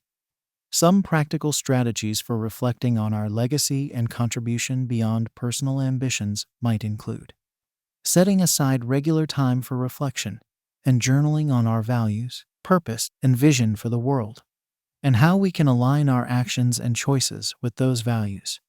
Seeking out mentors, role models, and communities of practice that inspire and support us in our purposeful work and service, and provide guidance and accountability along the way. Developing a personal mission statement or manifesto that articulates our unique contribution and impact, and using it as a touchstone for decision-making and prioritization. Celebrating and sharing our successes and learnings with others, and inspiring them to find their own path of purpose and contribution. Cultivating a mindset of curiosity, experimentation, and growth, recognizing that our path of purpose is a lifelong journey of learning and evolution. By incorporating these strategies and practices into our lives, we can begin to align our ambitions with a deeper sense of meaning and purpose, and contribute to a more just, sustainable, and compassionate world for all. We can use our talents, skills, and resources to create positive change and leave a legacy of love, wisdom, and service for generations to come. Ultimately, reflecting on the bigger picture and our role in it is about recognizing that we are all interconnected and interdependent, and that our individual choices and actions have the power to create ripples of positive change in the world. It's about using our mindful ambition not just for personal gain or achievement, but for the greater good of all beings. When we align our ambitions with a sense of purpose and interconnectedness, we tap into a deeper source of motivation, resilience, and joy. We find meaning and fulfillment not just in what we achieve, but in how we show up and contribute to the world around us. We inspire others to find their own path of purpose and service, and create a ripple effect of positive change that extends far beyond our own individual lives. So as you continue on your path of mindful ambition, take time to reflect on the bigger picture and your role in it. Ask yourself how you can use your unique gifts and talents to make a positive impact on the world, and what kind of legacy you want to leave behind. Cultivate a sense of purpose and interconnectedness through mindfulness and compassionate action, and trust that your contributions, no matter how small or large, have the power to create a more beautiful and just world for all. The path of mindful ambition is not just about personal success and fulfillment, but about aligning our lives with a deeper sense of meaning and purpose. By reflecting on the bigger picture and our role in it, we can tap into a wellspring of wisdom, compassion, and resilience that will guide us through the challenges and opportunities of our time, and enable us to leave a legacy of love and service for generations to come. May we all find the courage and clarity to walk this path with grace, humility, and an open heart for the benefit of all beings. Chapter 26. Integrating mindfulness into your lifestyle. Mindfulness is not just a practice or a technique, but a way of being in the world. It's a lens through which we can view and engage with our experiences, both inner and outer, with greater clarity, curiosity, and compassion. By integrating mindfulness into our lifestyle, we can cultivate a deeper sense of presence, purpose, and well-being in all areas of our lives, from our personal relationships and professional pursuits to our health and happiness. However, integrating mindfulness into our daily routines and habits is not always easy, especially in a culture that often values busyness, multitasking, and external achievement over inner awareness and self-care. We may struggle to find the time or motivation to practice mindfulness amidst the demands and distractions of everyday life. Or we may feel like we're not doing it right or seeing the benefits we hoped for. The good news is that integrating mindfulness into your lifestyle doesn't have to be a daunting or complicated process. By starting small and building on your successes over time, you can gradually develop a more mindful and intentional approach to living that feels authentic and sustainable for you. Some practical tips for making mindfulness a consistent part of your routine include starting your day with intention ***. Take a few moments each morning to set an intention for your day, whether it's to be more present, compassionate, or focused in your activities and interactions. This can be as simple as taking a few deep breaths and silently repeating a phrase or mantra that resonates with you, such as, "I am present," or "I choose compassion." Incorporating mindfulness into everyday activities ***. Look for opportunities to bring mindfulness into your existing routines and habits, such as eating, walking, or doing chores. For example, you might try eating your meals without distractions and savoring each bite, or taking a few mindful breaths while waiting in line or stuck in traffic. Creating a designated space for practice ***. Having a specific place in your home or office where you can practice mindfulness can help create a sense of ritual and consistency. This doesn't have to be an elaborate or expensive setup. Even a small corner with a cushion or chair and a few meaningful objects can serve as a reminder and invitation to practice. Finding a community of support ***. Joining a mindfulness class, group, or retreat can provide guidance, accountability, and a sense of connection with others who share your values and aspirations. Many communities also offer online resources and virtual events, making it easier to access support and inspiration from anywhere. Embracing imperfection and self-compassion ***. Remember that mindfulness is a lifelong journey of learning and growth, not a destination or a competition. There will be days when you forget to practice or feel like you're not making progress, and that's okay. The key is to approach each moment with kindness and curiosity, and to celebrate the small victories and insights along the way. Of course, integrating mindfulness into your lifestyle is not a one-size-fits-all process, and what works for one person may not work for another. The key is to experiment with different approaches and find what resonates with your own values, preferences, and circumstances. For some people, a structured daily practice like meditation or yoga may be the foundation of their mindfulness routine, providing a dedicated time and space for cultivating inner awareness and self-care. For others, a more informal and integrated approach may feel more authentic and sustainable, such as taking mindful breaks throughout the day or bringing a sense of presence and purpose to their work and relationships. Regardless of the specific approach you choose, the most important thing is to start where you are and build momentum over time. Recognize that integrating mindfulness into your lifestyle is a gradual and ongoing process, not a quick fix or a one-time event. Be patient and compassionate with yourself as you navigate the inevitable ups and downs of the journey, and trust that each moment of awareness and intention is planting seeds for a more mindful and fulfilling life.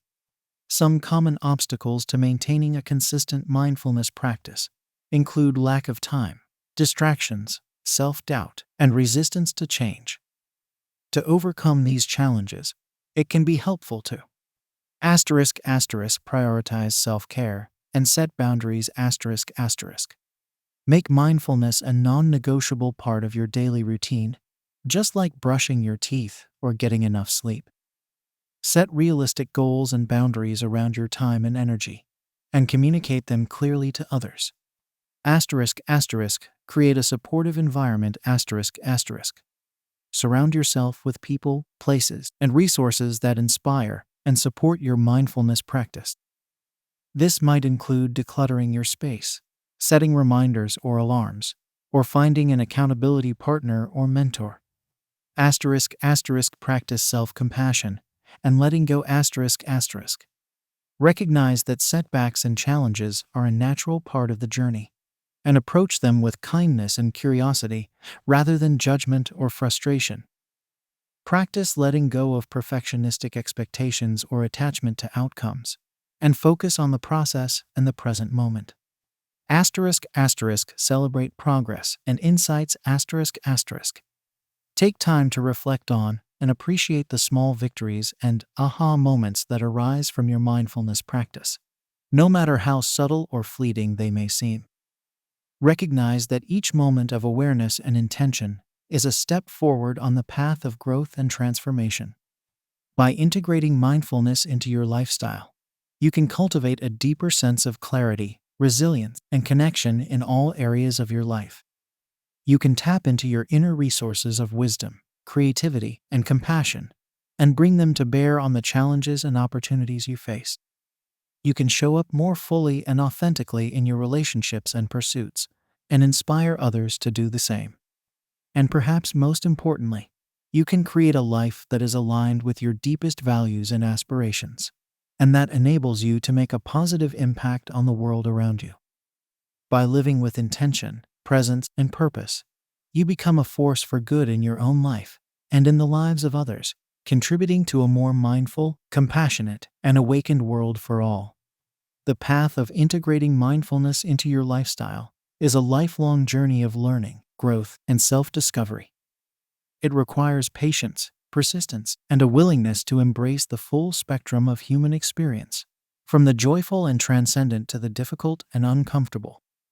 But with each step, each breath, each moment of awareness and intention, you are planting seeds for a more conscious, compassionate, and fulfilling way of being in the world. So start where you are, and trust in the journey ahead. Surround yourself with supportive people and resources, and approach each moment with curiosity, openness, and self-compassion.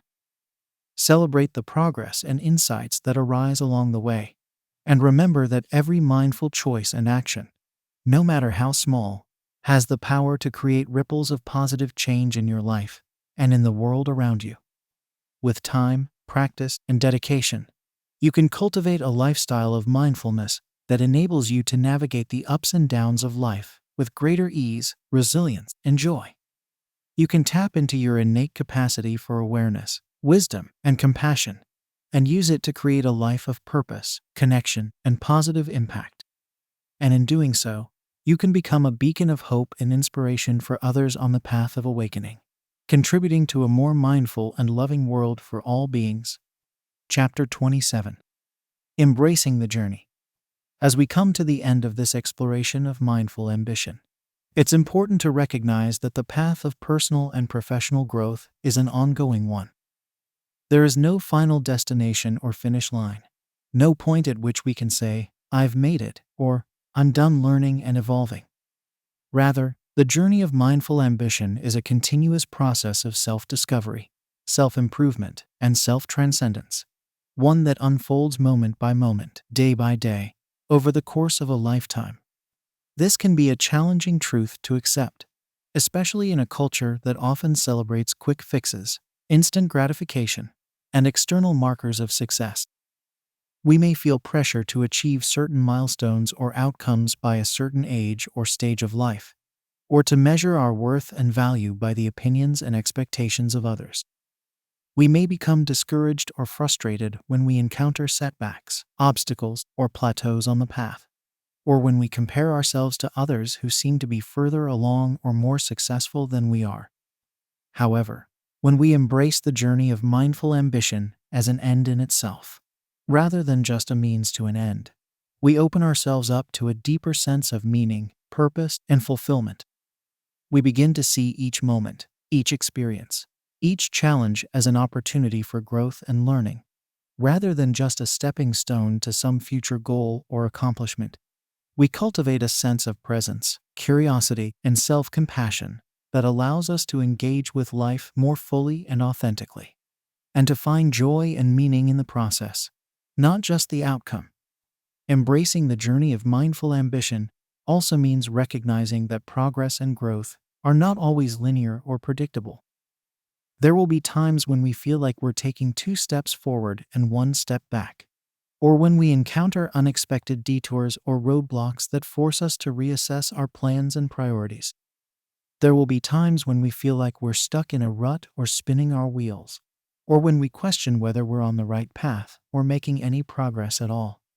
In these moments, it's important to remember that growth and transformation often happen in subtle, incremental ways, and that even small shifts in perspective or behavior can lead to significant changes over time. It's also important to cultivate a sense of patience, persistence, and resilience in the face of challenges and setbacks, and to trust in the wisdom and intelligence of the journey itself. One way to embrace the journey of mindful ambition is to focus on the process rather than just the outcome. This means setting goals and intentions that are meaningful and aligned with our values, but also being open to the twists and turns that may arise along the way.